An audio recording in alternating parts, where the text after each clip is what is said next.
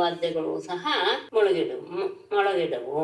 ಆ ಸಂದರ್ಭದಲ್ಲಿ ಇದು ಒಂದು ವಿಶೇಷ ಏನು, ಕಣ್ಣುಗಳಿಗೆ ಕಾಡಿಗೆ ಹಚ್ಚಿ, ಕಾಡಿಗೆಯನ್ನ ಮತ್ತೆ ದೇಹಕ್ಕೆ ಬೆಣ್ಣೆಯನ್ನ ಅಂದ್ರೆ ಬೆಣ್ಣೆ ಹಚ್ಕೊಂಡು ಸ್ನಾನ ಮಾಡೋದು ಅನ್ನೋದು ವಿಶೇಷವಾಗಿ ಇದರಲ್ಲಿ ನಮ್ಗೆ ಗೊತ್ತ ವಿಷಯ. ಮಂಗಲ ಸ್ನಾನವಾಯಿತು. ಆಮೇಲೆ ಯೋಗ್ಯ ರೀತಿಯಲ್ಲಿ ಅಲಂಕೃತರಾಗಿ ಎಲ್ಲರೂ ಯಜ್ಞ ಮಾಡಿದ್ರು. ಅಲ್ಲಿರುವಂತಹ ಋತ್ವಿಜರು ಸಹ ಅತ್ಯಂತ ಶೋಭಾಯಮಾನವಾಗಿದ್ರು. ದೇವೇಂದ್ರನ ಯಾಗದಲ್ಲಿದ್ದಂತಹ ಋತ್ವಿಜರ ಪ್ರತಿಯೊಬ್ಬರೂ ಸಹ ಕೃಷ್ಣ ಬಲರಾಮರು ಪ್ರತಿಯೊಬ್ಬರೂ ಸಹ ತಮ್ಮ ತಮ್ಮ ಬಂಧುಗಳು ಪತ್ನಿ ಮಕ್ಕಳಿಂದ ಕೂಡಿ ತಮ್ಮದೇ ವೈಶಿಷ್ಟ್ಯದಿಂದ ಎಲ್ಲರೂ ಸಹ ಶೋಭಾಯಮಾನವಾದರು. ಅಲ್ಲಿ ಅಗ್ನಿಯ ಪ್ರಧಾನವಾದಂತಹದ್ದು ಯಜ್ಞದಲ್ಲಿ, ಪ್ರತಿ ಯಜ್ಞದಲ್ಲಿಯೂ.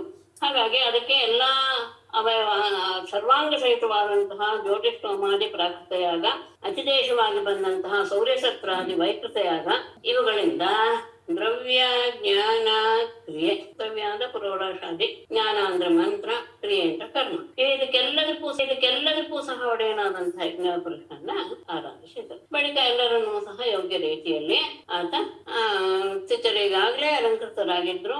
ಅವರನ್ನ ಮತ್ತೆ ವಸ್ತ್ರಭೂಷಣಾದಿಗಳಿಂದ ಅಲಂಕಾರ ಮಾಡಿ ಅವರಿಗೆ ಹಸು, ಭೂಮಿ, ಕನ್ಯೆ ಅವರೂ ಸಹ ಆಭರಣ ಸಹಿತರಾಗಿ ಇದ್ರು ಅನ್ನೋದು ವಿಶೇಷ. ಅವರನ್ನು ಸನ್ಮಾನಿಸಿದ ವಸುದೇವ.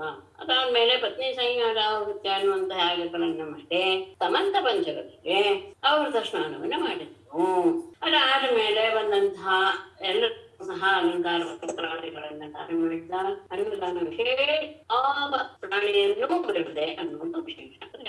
ಅತ್ಯಂತ ಉತ್ತಮಗಳಿಂದ ಹಿಡಿದು ಕೆಳಗಿನವರೆಗೂ ಸಹ ಎಲ್ಲ ಜೀವಿಗಳಿಗೂ ಸಹ ಅನ್ನದಾನ ಮಾಡಿ ಬಂದಂತಹ ರಾಜರುಗಳಿಗೆಲ್ಲ ಅವರ ಪತ್ನಿ ಪುತ್ರರಿಗೆ ಸಹಿತರಾಗಿ ಪ್ರತಿಯೊಬ್ಬರಿಗೂ ಸಹ ಅಲ್ಲಿ ಬಂದಂತಹ ಜನರು, ಭೂತಗಣಗಳು, ವಿದುಷಾರಣರು ಪ್ರತಿಯೊಬ್ಬರಿಗೂ ಸಹ ವಸ್ತ್ರಾಭರಣಗಳನ್ನು ಕೊಟ್ಟು ಗೌರವಿಸಿದ. ಎಲ್ಲರೂ ಪರಮಾತ್ಮನ ಆತ್ಮೆಯನ್ನು ಪಡೆದು ಯಜ್ಞವನ್ನು ಹಾಕುತ್ತಾ ಬಂದಂತಹ ಬಂಧುಗಳಾದಂತಹ ಧೃತರಾಷ್ಟ್ರಾದಿಗಳು ಎಲ್ಲರೂ ತಮ್ಮ ತಮ್ಮ ಬಂಧುಗಳನ್ನು ಪ್ರೀತಿಯಿಂದ ಆಲಿಂಗಿಸಿಕೊಂಡು ಎಷ್ಟೋ ದಿವಸದ ಮೇಲೆ ಸಿಕ್ಕಿದ್ರಿಂದ ಇನ್ ಯಾವಾಗ ಸಿಗ್ತಾರೋ ಎನ್ನುವಂತಹ ಕಾತರವನ್ನು ಮನಸ್ಸಿನಲ್ಲಿ ಇಟ್ಕೊಂಡು ಪ್ರಯಾಣ ಮಾಡಿದ್ರು. ಚಂದ್ರಗೋಪ ಕೃಷ್ಣ ಬಲರಾಮ ವಿಶೇಷವಾದ ಆದರ ಸತ್ಕಾರಗಳನ್ನು ಪಡೆದು ಅವರ ವಾತ್ಸಲ್ಯಕ್ಕೆ ಕಟ್ಟು ಬಿದ್ದು ಗೋಪಾಲಕರ ಜೊತೆಗೆ ಅಲ್ಲಿಯೇ ವಾಸವಿದ್ದ. ವಸುದೇವ ತನ್ನ ಯಜ್ಞ ಮಾಡಬಹುದು ಅನ್ನುವಂತಹ ಮನೋರಥವೆಂಬ ಮಹಾಸಾಗರವನ್ನ ಬಹಳ ಸುಲಭವಾಗಿ ದಾಟಿ ಬಿಟ್ಟ. ಅದು ಅವನಿಗೆ ಬಹಳ ಆನಂದವನ್ನು ಉಂಟು ಮಾಡಿತ್ತು. ಇಷ್ಟು ಸುಲಭವಾಗಿ ತನ್ನ ಇಚ್ಛೆ ಪೂರೈಸುತ್ತೆ ಅನ್ನೋದು ಅವನ ಆನಂದದ ವಿಷಯವಾಗಿತ್ತು. ಆಗ ಆ ಆನಂದದಿಂದಲೇ ಸ್ನೇಹಿತರ ಮಧ್ಯದಲ್ಲಿ ನಂದನ ಕೈ ಹಿಡಿದು ವಿಶೇಷವಾದ ಮಾತನ್ನು ಹೇಳ್ತಾನೆ.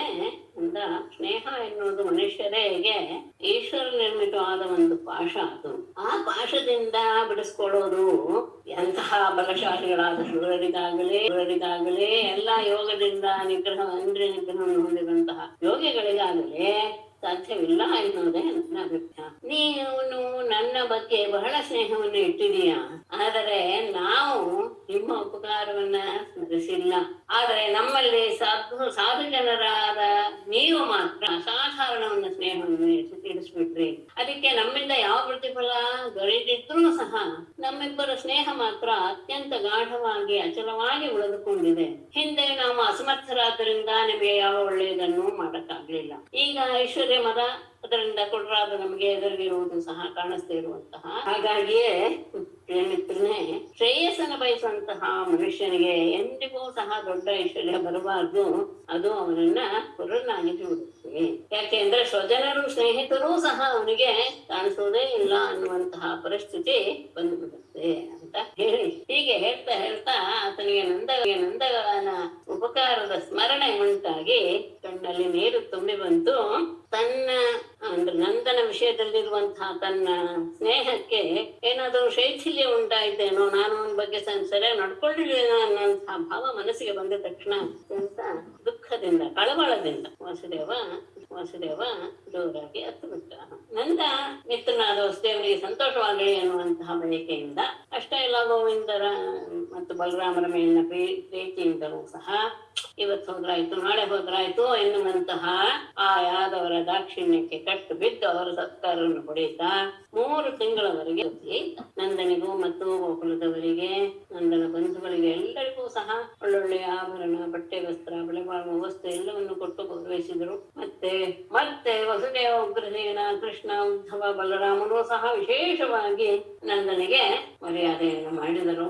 ಅದೆಲ್ಲವನ್ನು ಸ್ವೀಕರಿಸಿ ಅವನು ಮನೆಗೆ ಹೊರಡುವಾಗ ಆನಂದ ಗೋಪಾಲಕರು ಗೋಪಿಯರು ಎಲ್ಲರೂ ಸಹ ಪರಮಾತ್ಮನ ಪಾದ ಕಮಲದಲ್ಲಿ ಇರಿಸಿದಂತಹ ತಮ್ಮ ಮನಸ್ಸನ್ನ ವಾಪಸ್ ಹಿಂದೆ ತೆಗೆದುಕೊಳ್ಳಕ್ಕೆ ಆಗದೆ ಇರುವ ಹಾಗೆ ಅಂದ್ರೆ ಮನಸ್ಸನ್ನ ಅಲ್ಲೇ ಬಿಟ್ಟು ಹೋಗುವ ರೀತಿಯಲ್ಲಿ ಆಗಿ ಹೋಯಿತು. ಆತನನ್ನೇ ಸ್ಮರಣೆ ಮಾಡ್ತಾ ಮೊದಲೇ ಹೊರಟು. ಹೀಗೆ ಬಂಧುಗಳೆಲ್ಲರೂ ಹೊರಟ ಮೇಲೆ ಇನ್ನೇನು ಮಳೆಗಾಲವು ಸಮೀಪಿಸ್ತು ಅನ್ನೋದು ಗೊತ್ತಾಗಿ ಕೃಷ್ಣನನ್ನೇ ಆರಾಧ್ಯ ದೈವ ಅಂತ ಭಾವಿಸ್ತಾ ಇರುವಂತಹ ಯಾದವರು ದ್ವಾರಕೆಗೆ ಹಿಂತಿರುಗಿದರು. ಆ ದ್ವಾರಕಾ ಪಟ್ಟಣದ ಜನರಿಗೂ ಸಹ ತಾವು ತೀರ್ಥಯಾತ್ರೆಗೆ ಹೋದಾಗ ವಸುದೇವ ಯಾಗ ಮಹೋತ್ಸವ ಮಾಡಿದ ಅದು ಎಂತಹ ವೈಭವದಿಂದ ಕೂಡಿತ್ತು, ಮಂತ್ರಾದಿಗಳ ದರ್ಶನ ಆಗಿದ್ದು ಎಲ್ಲವನ್ನೂ ಸಹ ಅವರಿಗೆ ವಿವರವಾಗಿ ತಿಳಿಸಿ ಅದರಿಂದ ಮತ್ತೆ ಇನ್ನೊಂದು ರೀತಿಯ ಆನಂದವನ್ನ ಪಡಿತಾ ಇದ್ರು ಅನ್ನೋದು ವಿಶೇಷ. ಅಂದ್ರೆ ಆ ಸಂದರ್ಭದಲ್ಲಿ ಅನುಭವಿಸಿದ ಆನಂದ ಒಂದು, ಅದನ್ನ ನೆನಪಿಸ್ಕೊಂಡು ಮತ್ತೆ ಆನಂದ ಬಂದಿರುತ್ತಲ್ಲ ಅದು ಇನ್ನೊಂದು ರೀತಿಯ ಆನಂದ, ಅದನ್ನೆಲ್ಲ ಹೇಳುವಾಗ ಬರುವ ಆನಂದ. ಹೀಗೆ ಅನೇಕ ಸಂತೋಷದ ಕ್ಷಣಗಳನ್ನ ಬಂದ ಮೇಲೂ ಸಹ ಅವರು ಹೊಂದಿದರು. ಓಂ ನಮೋ ಭಗವತೆ ವಾಸುದೇವಾಯ. ಶ್ರೀ ಬಾದರಾಯಣಿರ್ವಾಚ ಅಥೈಕದಾತ್ಮಜೌ ಪ್ರಾಪ್ತೌ ಕೃತಪಾದಾಭಿವಂದನೌ ವಸುದೇವೋ ಅಭಿನಂದ್ಯಾಹ ರೀತ್ಯಾ ಸಂಕರ್ಷಣಾಚ್ಯುತೌ. ಅಥ ಏಕದಾ ಆತ್ಮಜೌ ಸಂಕರ್ಷಣಾಚ್ಯುತೌ ಪ್ರಾಪ್ತೌ ಕೃತಪಾದಾಭಿವಂದನೌ ವಸುದೇವಃ ಅಭಿನಂದ್ಯ ಪ್ರೀತ್ಯ ಬಳಿಕ ಏಕದ ಒಮ್ಮೆ ಆತ್ಮಜವು ತಮ್ಮ ಮಕ್ಕಳಾದ ಸಂಕರ್ಷಣಾಚ್ಯುತವು ಬಲರಾಮ ಮತ್ತು ಕೃಷ್ಣರಿಬ್ಬರು ಪ್ರಾಪ್ತವು ಬಂದು ಕೃತಪಾದಾಭಿವಂದನು ಬೆಳಗಿನ ಸಂದರ್ಭದಲ್ಲಿ ಬಂದು ಅವರ ಪಾದಗಳಿಗೆಲ್ಲ ನಮಸ್ಕಾರ ಮಾಡಿದಂತಹ ಸಂದರ್ಭದಲ್ಲಿ ಅವರಿಬ್ಬರನ್ನು ಕುರಿತು ವಸುದೇವನು ಅಭಿನಂದ್ಯ ಅವರನ್ನ ಆಧರಿಸಿ ಪ್ರೀತ್ಯ ಬಹಳ ಪ್ರೀತಿಯಿಂದ ಹೇಳೋದಕ್ಕೆ ಒಮ್ಮೆ ಅಂತೇನೆ ಹಾಗೆ ತಂದೆಯ ಪಾದಗಳಿಗೆ ನಮಸ್ಕಾರ ಮಾಡೋದಕ್ಕೆ ಬಲರಾಮ ಕೃಷ್ಣರು ಬಂದರು. ಆಗ ಅವರನ್ನ ಪ್ರೇಮದಿಂದ ಅವರ ಬಗ್ಗೆ ಹೊಗಳಿಕೆ ಮಾತುಗಳನ್ನ ಹೇಳ್ತಾ ಹೀಗೆ ಮಾತಾಡದ ವಸುದೇವ. ಯಾಕೆ ಅಂದ್ರೆ ಅವನಿಗೆ ತನ್ನ ಮುನಿಗಳು ಮಾಡಿದ ಮಾತನ್ನ ಇದು ಏನು ಸತ್ವ ಅಥವಾ ನೆನಪು ಇನ್ನೂ ಅಳಸಿರ್ಲಿಲ್ಲ ಮನಸ್ಸಲ್ಲಿ. ಅದನ್ನ ಮತ್ತೆ ನೆನಪಿಸಿಕೊಂಡು ಮಕ್ಕಳನ್ನು ಕುರಿತು ಹೇಳ್ತಾನೆ. ಅದು ಯಾತಕ್ಕೆ ಹೇಳುದ ಅನ್ನೋದನ್ನು ಮುಂದೆ ಮುನೀನಾಂ ಸವಚ ಶ್ರುತ್ವ ಪುತ್ರಯೋಃ ಧಾಮಸೂಚಕಂ ತದ್ದೇವ್ಯೈಃ ಜಾತ ವಿಸ್ರಂಭಃ ಪರಿಭಾಷ್ಯ ಅಭ್ಯಭಾಷತ. ಸಹ ಪುತ್ರಯೋಃ ಧಾಮಸೂಚಕಂ ಮುನೀನಾಂ ವಚಃ ಶ್ರುತ್ವಾ ತದ್ವೀರ್ಯೈಃ ಜಾತ ವಿಶ್ರಂಭಃ ಪರಿಭಾಷ್ಯ ಅಭ್ಯಭಾಷತ. ಸಹ ಆ ವಸುದೇವನು ಪುತ್ರಯೋಃ ತನ್ನಿಬ್ಬರು ಮಕ್ಕಳ ಧಾಮಸೂಚಕಂ ಅವರ ಪ್ರಭಾವವನ್ನ ತೋರಿಸುವಂತಹ ಅಥವಾ ಜ್ಞಾಪಿಸುವಂತಹ ಮುನೀನಾಂ ವಚಃ ನಾರದಾದಿ ಮುನಿಗಳ ಆ ಮಾತನ್ನು ಶ್ರುತ್ವ ಕೇಳಿ ತದ್ವೀರ್ಯೈಃ ಅವರ ಪರಾಕ್ರಮದಲ್ಲಿ ಜಾತ ವಿಶ್ವಂಭ ಅತ್ಯಂತ ದೃಢ ವಿಶ್ವಾಸವನ್ನು ಹೊಂದಿದವನಾಗಿ ಪರಿಭಾಷ್ಯ ಅವರನ್ನ ಸಂಬೋಧಿಸ್ತಾ ಅಭ್ಯಭಾಷತ ಈ ರೀತಿಯಾಗಿ ಹೇಳಿ. ಅಂತಹ ದೊಡ್ಡ ದೊಡ್ಡ ಮುನಿಗಳೆಲ್ಲರೂ ಸಹ ತಮ್ಮ ಮಕ್ಕಳ ಬಗ್ಗೆ ಹೇಳಿದ್ದನ್ನ ಕೇಳಿ ಆತನಿಗೆ ಅನ್ನಿಸ್ತು ಇವರಿಬ್ಬರೂ ಸಹ ಸಾಮಾನ್ಯ ಮನುಷ್ಯರಲ್ಲ. ಮತ್ತೆ ಅವರು ಹೇಳಿದಂತಹ ಮಾತುಗಳಲ್ಲಿ ಪರಿಪೂರ್ಣವಾದಂತಹ ನಂಬಿಕೆಯನ್ನ ಇಟ್ಟಂತಹ ವಿಶ್ವಾಸವನ್ನು ಇಟ್ಟಂತಹ ವಸುದೇವ ಅವರಿಬ್ಬರನ್ನ ಹೆಸರಿನಿಂದ ಸಂಬೋಧಿಸಿ ಮುಂದೆ ಆಡುವ ಮಾತನ್ನಾಡ್ತಾನೆ. ಕೃಷ್ಣ ಕೃಷ್ಣ ಮಹಾಯೋಗಿನ್ ಸಂಕರ್ಷಣ ಸನಾತನ ಜಾನೇ ವಾಂ ಅಸ್ಯೇತ್ ಸಾಕ್ಷಾತ್ ಪ್ರಧಾನ ಪುರುಷೌ ಪರೌ. ಕೃಷ್ಣ ಕೃಷ್ಣ ಮಹಾಯೋಗಿನ್ ಸಂಕರ್ಷಣ ಸನಾತನ ವಾಂ ಜಾನೇ ಯತ್ ಸಾಕ್ಷಾತ್ ಪ್ರಧಾನ ಪುರುಷೌ ಪರೌ. ಕೃಷ್ಣ ಕೃಷ್ಣ ಮಹಾಯೋಗಿನ್ ಮಹಾಯೋಗಿಯಾದ ಕೃಷ್ಣನೇ, ಸಂಕರ್ಷಣ ಬಲರಾಮನೇ, ಸನಾತನ ಅಂದ್ರೆ ಶಾಶ್ವತವಾದಂತಹ ಪುರಾಣ ಪುರುಷನಾದ ಬಲರಾಮನೇ, ವಾಂಗ್ ನಿಮ್ಮೆ ನಾನು ಅರಿತಿದ್ದೇನೆ. ಏನಂತ ಅಸ್ಯ ಸಾಕ್ಷಾತ್ ಏನೆಂದರೆ ಅಸ್ಯ ಸಾಕ್ಷಾತ್ ಪ್ರಧಾನ ಪುರುಷೌ ಪರೌ.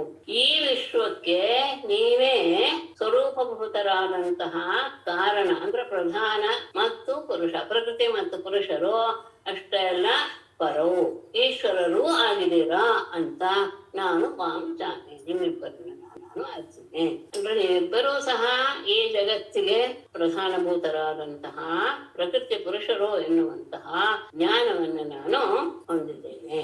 ಯಾಕೆ ಅಂದ್ರೆ ಎಲ್ಲವೂ ಸಹ ನಿಮ್ಮಿಂದಲೇ. 7 ವಿಭಕ್ತಿಗಳನ್ನ ಉಪಯೋಗಿಸಿ ಇಲ್ಲಿ ಹೇಳಿದ್ದಾರೆ 4ನೇ ಶ್ಲೋಕದಲ್ಲಿ. ಸ್ವಲ್ಪ ಗಮನವಿಟ್ಟು ಕೇಳ್ಕೊಳ್ಳಿ.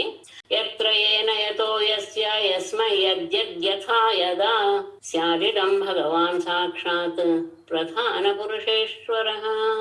ಯತ್ರ ಏನ ಯತಃ ಯಸ್ಯ ಯಸ್ಮೈ ಯತ್ ಯತ್ ಯಥಾ ಯದ ಭಗವಾನ್ ಸಾಕ್ಷಾತ್ ಪ್ರಧಾನ ಪುರುಷೇಶ್ವರಃ ಇದಂ ಸ್ಯಾತ್. ಸ್ವಲ್ಪ ಬದಲಾವಣೆ. ಮೊದಲು ಇದಂ ತಗೊಂಡ್ಬಿಡೋಣ. ಸ್ಯಾದಿದಂ ಎನ್ನುವಲ್ಲಿ ಇದಂ ಯತ್ರ ಏನಂತ. ಇದಂ ಅಂದ್ರೆ ಇದಂ ಈ ವಿಶ್ವ, ಕೊನೆಯಲ್ಲಿ ಬೇಡ, ಈಗೆಲ್ಲ ತಗೊಂಡ್ಬಿಡಿ. ಇದಂ ಈ ವಿಶ್ವವು ರೀತಿಯ ಕಾರಕಗಳಿಂದ ನಡೆಯುವಂಥದ್ದು. ಯಾಕೆಂದ್ರೆ ಪ್ರತಿಯೊಂದು ವಸ್ತುವಿಗೂ ಸಹ ಕರ್ತ ಯಾರು, ಕರ್ಮ ಯಾರು, ಅದಕ್ಕೆ ಸಾಧನ ಯಾರು, ಯಾರಿಗೋಸ್ಕರ ಆಗ್ತಾ ಇದೆ, ಯಾರಿಂದ ಅದು ಆವಿರ್ಭಾವವಾಗಿದೆ, ಅದಕ್ಕೂ ಇದಕ್ಕೂ ಸಂಬಂಧ ಏನು, ಎಲ್ಲಿ ಇದೆ, ಈ ಎಲ್ಲ ರೀತಿಯ ಅರ್ಥಗಳು ಸಹ ಬೇಕೇ ಬೇಕಾಗುತ್ತೆ ಈ ವಿಶ್ವ. ಹಾಗಾಗಿ ಇಲ್ಲಿ ಇದಂ ಈ ವಿಶ್ವವು ಯತ್ರ ಅಂದ್ರೆ ಯಾವ ಅಧಿಕರಣದಲ್ಲಿ, ಆ ಅಧಿಕರಣವು ನೀವೇ ಅನ್ನೋದು ಮುಖ್ಯ. ಇಲ್ಲಿ ಯಾವ ಯತ್ ಶಬ್ದವನ್ನು ಹೇಳಿದಾರೋ ಅಂದ್ರೆ 7 ವಿಭಕ್ತಿಗಳನ್ನ ತಿಳಿಸಿದಾರೋ ಪ್ರತಿಯೊಂದು ಸಹ ನೀವೇ ಅನ್ನೋದು ತಾತ್ಪರ್ಯ. ಈ ಜಗತ್ತಿನ ಯತ್ರ ಅಧಿಕರಣ ಅಂದ್ರೆ ಯಾವ ತರಲ್ಲಿ. ಆಮೇಲೆ ಏನ ಅಂತ ಇದೆ. ಏನ ಅನ್ನೋದ್ರಿಂದ ಕರ್ತೃವನ್ನು ತಗೊಳ್ಬೇಕು, ಕರಣವನ್ನು ತೆಗೆದುಕೊಳ್ಬೇಕು. ಏನ ಅಂದ್ರೆ ಯಾವ ಕರ್ತೃವಿನಿಂದ, ಇನ್ನೊಂದು ಏನ ಅಂದ್ರೆ ಯಾವ ಸಾಧನದಿಂದ. ಆಮೇಲೆ ಯತಃ ಅನ್ನೋದರಿಂದ ಅಪಾದಾನ ಯಾರಿಂದ. ಯಸ್ಯ ಅನ್ನೋದ್ರಿಂದ ಸಂಬಂಧ ಬರ್ತಾ ಇದೆ ಷಷ್ಠಿ, ಯಾವ ಸಂಬಂಧದಿಂದ. ಆಮೇಲೆ ಯಸ್ಮೈ ಅಂತ ಹೇಳಿದ್ರಿಂದ ಸಂಪ್ರದಾನ ಅನ್ನು ಹೇಳಿದ್ದ ಹಾಗೆ ಅಂತು, ಅಂದ್ರೆ ಯಾರಿಗೋಸ್ಕರ. ಆಮೇಲೆ ಯತ್ ಯತ್ ಅಂತ ಇದೆ. ಯತ್ ಅಂತ ಹೇಳಿದ್ರೆ ಇಲ್ಲಿ ಸ್ವಲ್ಪ ಗಮನಿಸಿ, ಕರ್ತೃವಿನಲ್ಲಿ 2 ರೀತಿ. ಸಂಸ್ಕೃತದವ್ರಿಗೆ ಬೇಗ ಗೊತ್ತಿದೆ, ಅದು ಗೊತ್ತ ಅವಶ್ಯಕ ಹೇಳೋದು. ಆದ್ರೆ ಉಳಿದವ್ರು ಸ್ವಲ್ಪ ತಿಳ್ಕೊಡಿ. 2 ರೀತಿಯ ಕರ್ತೃ ಇರ್ತಾರೆ ಯಾವ್ದ್ರಲ್ಲಿ ಜಗತ್ತಿನಲ್ಲಿ. ಒಬ್ಬ ಮಾಡುವವನು, ಸ್ವತಂತ್ರವಾಗಿ ಮಾಡುವವನು ಒಬ್ಬ, ಇನ್ನೊಬ್ಬ ಪರ ಅಧೀನವಾಗಿ ಮಾಡುವವನು ಇನ್ನೊಬ್ಬ. ಅವನು ಸಹ ಕರ್ತೃನ, ಮಾಡುವವನವನೇ ಅದರಿಂದ. ಆದರೆ ಯಾವಾಗ ಪರತಂತ್ರನಾಗಿ ಮಾಡ್ತಾನೋ ಆವಾಗ ಅವನ ಮೇಲೆ ಇನ್ನೊಬ್ಬ ಯಾರು ಇರ್ತಾನೆ, ಒಡೆಯ ಅನ್ನೋನು ಇರ್ತಾನೆ. ಅವನು ಸಹ ಕರ್ತೃವೇ ಆಗ್ತಾನೆ. ಅವನನ್ನ ನಮ್ಮ ಸಂಸ್ಕೃತದಲ್ಲಿ ಪ್ರಯೋಜಕ ಕರ್ತೃ ಯಾರು ಯಜಮಾನ ಅಂತ ಅರ್ಥ ಇಟ್ಕೊಳ್ಳಿ. ಯಜಮಾನ ಮತ್ತು ಆಳು ಅಂತ ಇಟ್ಕೊಳ್ಳೋಣ್ರೆ, ಯಜಮಾನ ಪ್ರಯೋಜಕ ಕರ್ತೃ ಅಂದ್ರೆ ಅವನು ನಿಂತ್ಕೊಂಡು ಈ ಮಾಡೋನಿದಾನಲ್ಲ ಅವನು ಪ್ರಯೋಜ್ಯ ಕರ್ತೃ ಅಂತ ಅನ್ಸಿ. ಹಾಗಾಗಿ ಯತ್ ಅನ್ನೋದ್ರಿಂದ ಯಾರಿಂದ ಅಂದ್ರೆ ಯಾವ ಪ್ರಯೋಜ್ಯ ಕರ್ತೃ ಇದೆಯೋ ಮತ್ತು ಯಾವುದು ನಡೆಯುತ್ತೋ ಎಲ್ಲವೂ ಸಹ ಕರ್ಮ. ಒಂದು ಇದಕ್ಕೆ ಪ್ರಯೋಜ್ಯ ಕರ್ತೃ ಅಂತ ಯತ್ ಅನ್ನೋದಕ್ಕೆ, ಇನ್ನೊಂದು ಯತ್ ಅನ್ನೋದಕ್ಕೆ ಯಾವ ಕರ್ಮ ಅನ್ನೋದು ವಿಶೇಷ. ಇದು ಯಥಾ ಯದ ಹೇಗೆ ಮತ್ತು ಯಾವ ರೂಪದಲ್ಲಿ, ಯಾವಾಗ, ಯಾವ ಸಂದರ್ಭದಲ್ಲಿ ಸ್ಯಾತ್ ಉಂಟಾಗುತ್ತೋ ಅಂತಹದ್ದಕ್ಕೆ ಭಗವಾನ್ ಪರಮಾತ್ಮನಾದ ನೀನೇ ಸಾಕ್ಷಾತ್ ಪ್ರಧಾನ ಪುರುಷೇಶ್ವರ. ನೀವೇ ಪ್ರಕೃತಿ ಮತ್ತು ಪುರುಷ ಮತ್ತು ಈಶ್ವರ 3 ಸಹ. ಪ್ರಧಾನ, ಪುರುಷ ಮತ್ತು ಈಶ್ವರ ಇದೆಲ್ಲವೂ ಸಹ ನೀವುಗಳೇ. ಅಂದ್ರೆ ಜಗತ್ತಿನ ಅಧಿಕರಣ ಆಧಾರ ಅಂದ್ರೆ ಆಧಾರ ಇದೆಯಲ್ಲ, ಪೃಥ್ವಿ ಅನ್ನೋದು ಆಧಾರ ಆದಾಗ ಅದು ಸಹ ನೀನೆ. ಆಮೇಲೆ ಪ್ರಯೋಜಕ ಕರ್ತೃ ಮೊದಲೇ ತಗೊಳ್ಬಹುದು, ಅಥವಾ ಇನ್ನೊಂದು ಕರ್ತೃ, 2 ಸ್ವತಂತ್ರ ಕರ್ತೃ 2 ತಗೊಳ್ಳಿ. ಕರಣ, ಆಮೇಲೆ ಕಾರಣ, ಆಮೇಲೆ ಪಂಚಮಿ ಬಂದ್ರೆ ಅಪಾದಾನ, ಷಷ್ಠಿ ಬಂದ್ರೆ ಸಂಬಂಧ, ಚತುರ್ಥಿ ಬಂದ್ರೆ ಉದ್ದೇಶ, ಯಾರನ್ನು ಉದ್ದೇಶಿ ಅಂತ, ಆಮೇಲೆ ಕರ್ಮ, ಆಮೇಲೆ ಇನ್ನೊಬ್ಬ ಪ್ರಯೋಜ್ಯ ಕರ್ತೃ. ಇವೆಲ್ಲವೂ ಸಹ ಪ್ರಕಾರ ಅಂದ್ರೆ ಯಥಾ ಯಾವ ಪ್ರಕಾರದಲ್ಲಿ, ಯದಾ ಯಾವ ಕಾಲದಲ್ಲಿ, ಇದೆಲ್ಲವೂ ಸಹ ಇಷ್ಟೇ. ಸಪ್ತಮಿ ವಿಭಕ್ತಿಗಳು ಮಾತ್ರ ಅಲ್ಲ, ಅದರಲ್ಲಿ ಕಾಲವೂ ಸೇರ್ಕೊಂತು, ಪ್ರಕಾರವೂ ಸೇರ್ಕೊಂಡು. ಈಗ ಎಲ್ಲವೂ ಸಹ ಇವುಗಳ ಆಗು ಹೋಗುಗಳು, ಇವುಗಳೆಲ್ಲವೂ ಸಹ ಕ್ರಿಯೆ ಮಾಡುತ್ತೋ ಇಲ್ಲ, ಇವುಗಳೆಲ್ಲವೂ ಸಹ ಪ್ರಧಾನ ಪುರುಷೇಶ್ವರನಾದ ಭಗವಾನ್ ನೀನೆ. ಇಲ್ಲಿ ಒಂದು ವಿಶೇಷ ಗಮನಿಸ್ಕೊಳ್ಬೇಕು. ಪ್ರಧಾನ ಪುರುಷೇಶ್ವರ ಎನ್ನುವಲ್ಲಿ ಪ್ರಧಾನ ಮತ್ತು ಪುರುಷ ಎನ್ನುವಂಥದ್ದು ಎರಡು ಆದರೂ ಸಹ ಏಕವಚನದಲ್ಲಿ ಹೇಳಿದ್ದಾರೆ. ಯಾಕೆ ಅಂದ್ರೆ ಕೃಷ್ಣ ಬಲರಾಮ ಇಬ್ಬರು ಮೂಲತಃ ಒಬ್ಬರೇ ಎನ್ನುವಂತಹ ಭಾವ ಇಟ್ಟುಕೊಂಡು ಏಕವಚನದಲ್ಲಿಯೇ ಬಳಸಿದ್ದಾರೆ. ಅಂದ್ರೆ ಈ ಜಗತ್ತು, ಇದರ ಕರ್ತೃ ಎಲ್ಲವೂ ನೀನೇ ಅನ್ನುವುದು ಇದರ ಅಭಿಪ್ರಾಯ. ಭೋಗ್ಯ ವಸ್ತುವೆಲ್ಲವೂ ಸಹ ಪ್ರಕೃತಿ, ಅಂದ್ರೆ ನಮ್ಮ ಪ್ರಪಂಚದಲ್ಲಿ ಕಾಣುವುದೆಲ್ಲವೂ ಸಹ ನಮಗೋಸ್ಕರ ಇರುವಂತಹದ್ದು, ಅದನ್ನ ಭೋಗ್ಯ ವಸ್ತು ಅಂತ ಕರೀತಾರೆ. ಅಂದ್ರೆ ಅದನ್ನ ನಾವು ಅನುಭವಿಸ್ತೇವೆ. ಭೋಕ್ತೃವಾದಂತಹವನು ಪುರುಷ ಅಂದ್ರೆ ಜೀವ. ಇವುಗಳಿಗೆ ಈಶ್ವರ ಅಂದ್ರೆ ಪ್ರಧಾನ ಪುರುಷ ಮತ್ತು ಈಶ್ವರ ಅಂದ್ರೆ ಅವನು ಪರಬ್ರಹ್ಮ. ಹಾಗೆ ಇಲ್ಲಿ ಹೇಳಿದ್ದಾರೆ ಅಂದ್ರೆ ಪ್ರಕೃತಿ, ಪುರುಷ, ಈಶ್ವರ ಈಶ್ವರ ಗಮನಿಸ್ಕೊಳ್ಳಿ. ಮೂರು ಸಹ ನೀನೇ ಅಂತ ಹೇಳಿರೋದನ್ನ ಗಮನಿಸ್ಬೇಕು. ಏಕವಚನ ಯಾಕೆ ಬಂದಿದೆ ಅಂದ್ರೆ ಇಬ್ಬರು ಸಹ ಒಂದೇ ಅಂಶ ಆದ್ರಿಂದ ಏಕವಚನ ಬಂದಿದೆ.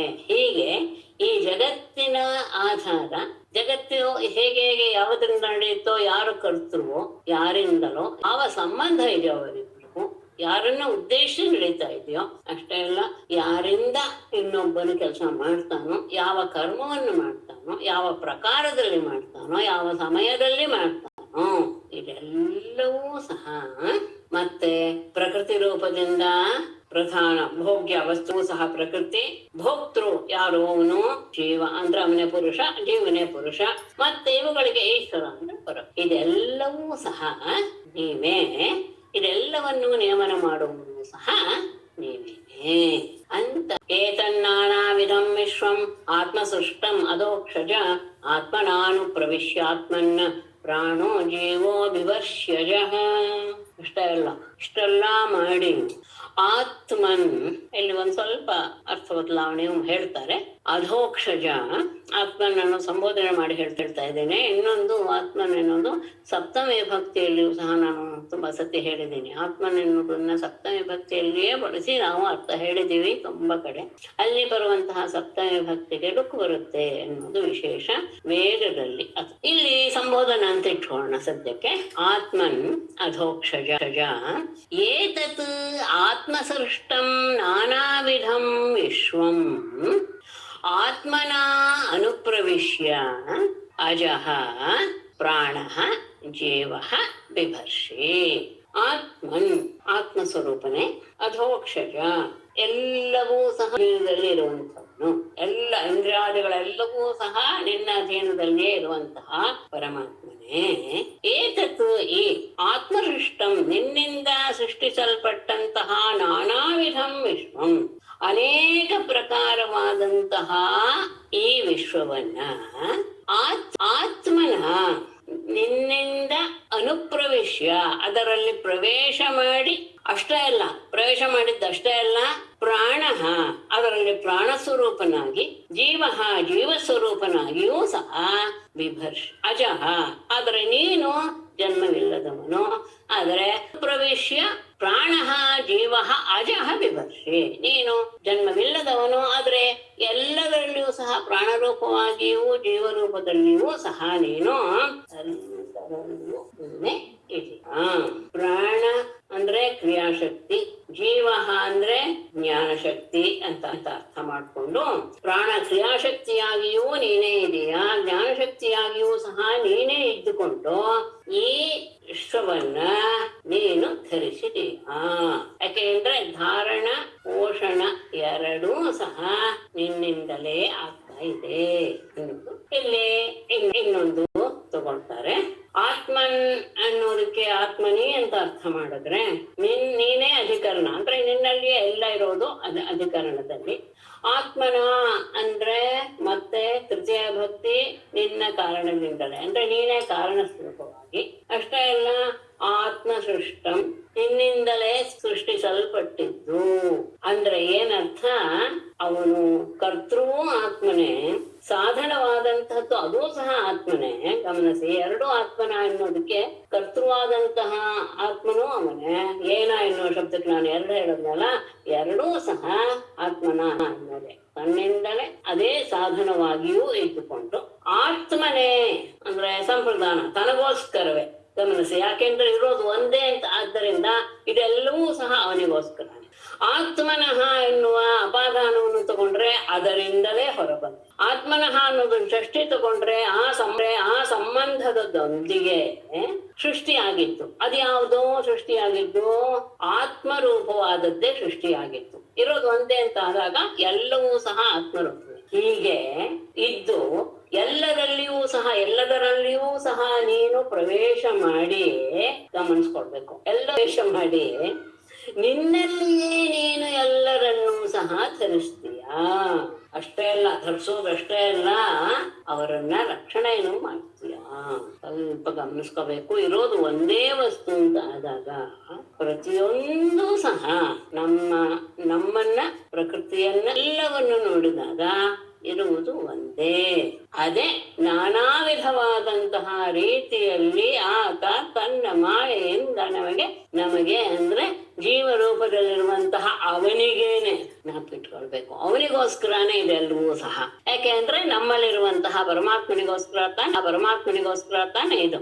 ನಮ್ಮಲ್ಲಿರುವಂತ ಹೇಳೋ ಹಾಗೆ ಇಲ್ಲ, ನಾನೇ ಪರಮಾತ್ಮ ನಮಗೋಸ್ಕರ ಅಂತ ಹೇಳಿದ್ರೆ ಮತ್ತೆ ಸಮಸ್ಯೆ ಬರುತ್ತೆ. ಆತನಿಗೋಸ್ಕರವೇ ಈ ಜಗತ್ತು ಎನ್ನುವ ಸೃಷ್ಟಿಯಾಗಿದೆ. ಅನೇಕ ರೂಪವಾಗಿ ಸೃಷ್ಟಿ ಆಗಿರೋದ್ರಿಂದ ಅದರಲ್ಲೆಲ್ಲ ಆತನೇ ಪ್ರವೇಶ ಮಾಡಿ ಅದೆಲ್ಲವನ್ನೂ ಸಹ ಅದನ್ನ ಧಾರಣೆ ಮಾಡಿ ಅದನ್ನ ಯೋಗ್ಯ ರೀತಿಯಲ್ಲಿ ವ್ಯವಹಾರದ ಮೂಲಕ ತೋರಿಸುವ ರೀತಿ ಎಲ್ಲವನ್ನೂ ಸಹ. ಆದರೆ ಅವನು ಸ್ವಯಂ ಏನು ಅಜಃ. ಸೃಷ್ಟಿಯಾದಾಗ ಅದೇನಲ್ಲ ಅಜ ಅಲ್ಲ, ಅದು ನಾಶವಾಗುವಂಥದ್ದು. ಆದ್ರೆ ಅವನು ಸ್ವಯಂ ಅಜ. ಆದ್ರೆ ನಾಶವಾಗುವಂತಹದ್ದು ಅನೇಕವನ್ನ ಆತ ನಿರ್ಮಿಸ್ತಾನೆ. ಎಲ್ಲ ನಮ್ಮಲ್ಲೂ ಪ್ರಾಣಗಳು ಬೇಕಾದಷ್ಟು ಶಕ್ತಿಗಳೆಲ್ಲ ಇದೆಯಲ್ಲ. ಹಾಗಾಗಿ ಅವನನ್ನೇ ನಾವು ಯಾಕೆ ಒಪ್ಕೊಳ್ಬೇಕು, ಅವನೊಬ್ನೇ ಇದ್ದಾನೆ ಅಂತ ಎಲ್ಲ ನಾವೇ ಅಲ್ವೇ ಮಾಡೋದು ಅಂತ ಏನಾದ್ರೂ ಹೇಳಿದ್ರೆ ನಾವೇನನ್ನೂ ಮಾಡೋದಿಲ್ಲ. ಪ್ರಾಣಾದೀನಾಮೆಸ ಸುಜಾಂ ಶಕ್ತಯೋ ಯಃ ಪರಸ್ಯತಾಃ ಪಾರತಂತ್ರ್ಯಾತ್ ವೈಸಾದೃಶ್ಯಾತ್ ದ್ವಯೋಃ ಚೇಷ್ಟಾ ಏವ ಚೇಷ್ಟತಾಂ. ಪ್ರಾಣಾದೀನಾಂ, ಪ್ರಾಣ ಮೊದಲಾದವುಗಳು ಅಂದರೆ ಪ್ರಾಣ ಎನ್ನುವುದೇ ನಮ್ಮಲ್ಲಿ ಎಲ್ಲ ರೀತಿಯ ಕ್ರಿಯೆಗಳನ್ನು ನಡೆಸೋದಕ್ಕೆ ಸಾಧನ. ಹಾಗಾಗಿ ಅದು ಕ್ರಿಯಾಶಕ್ತಿ.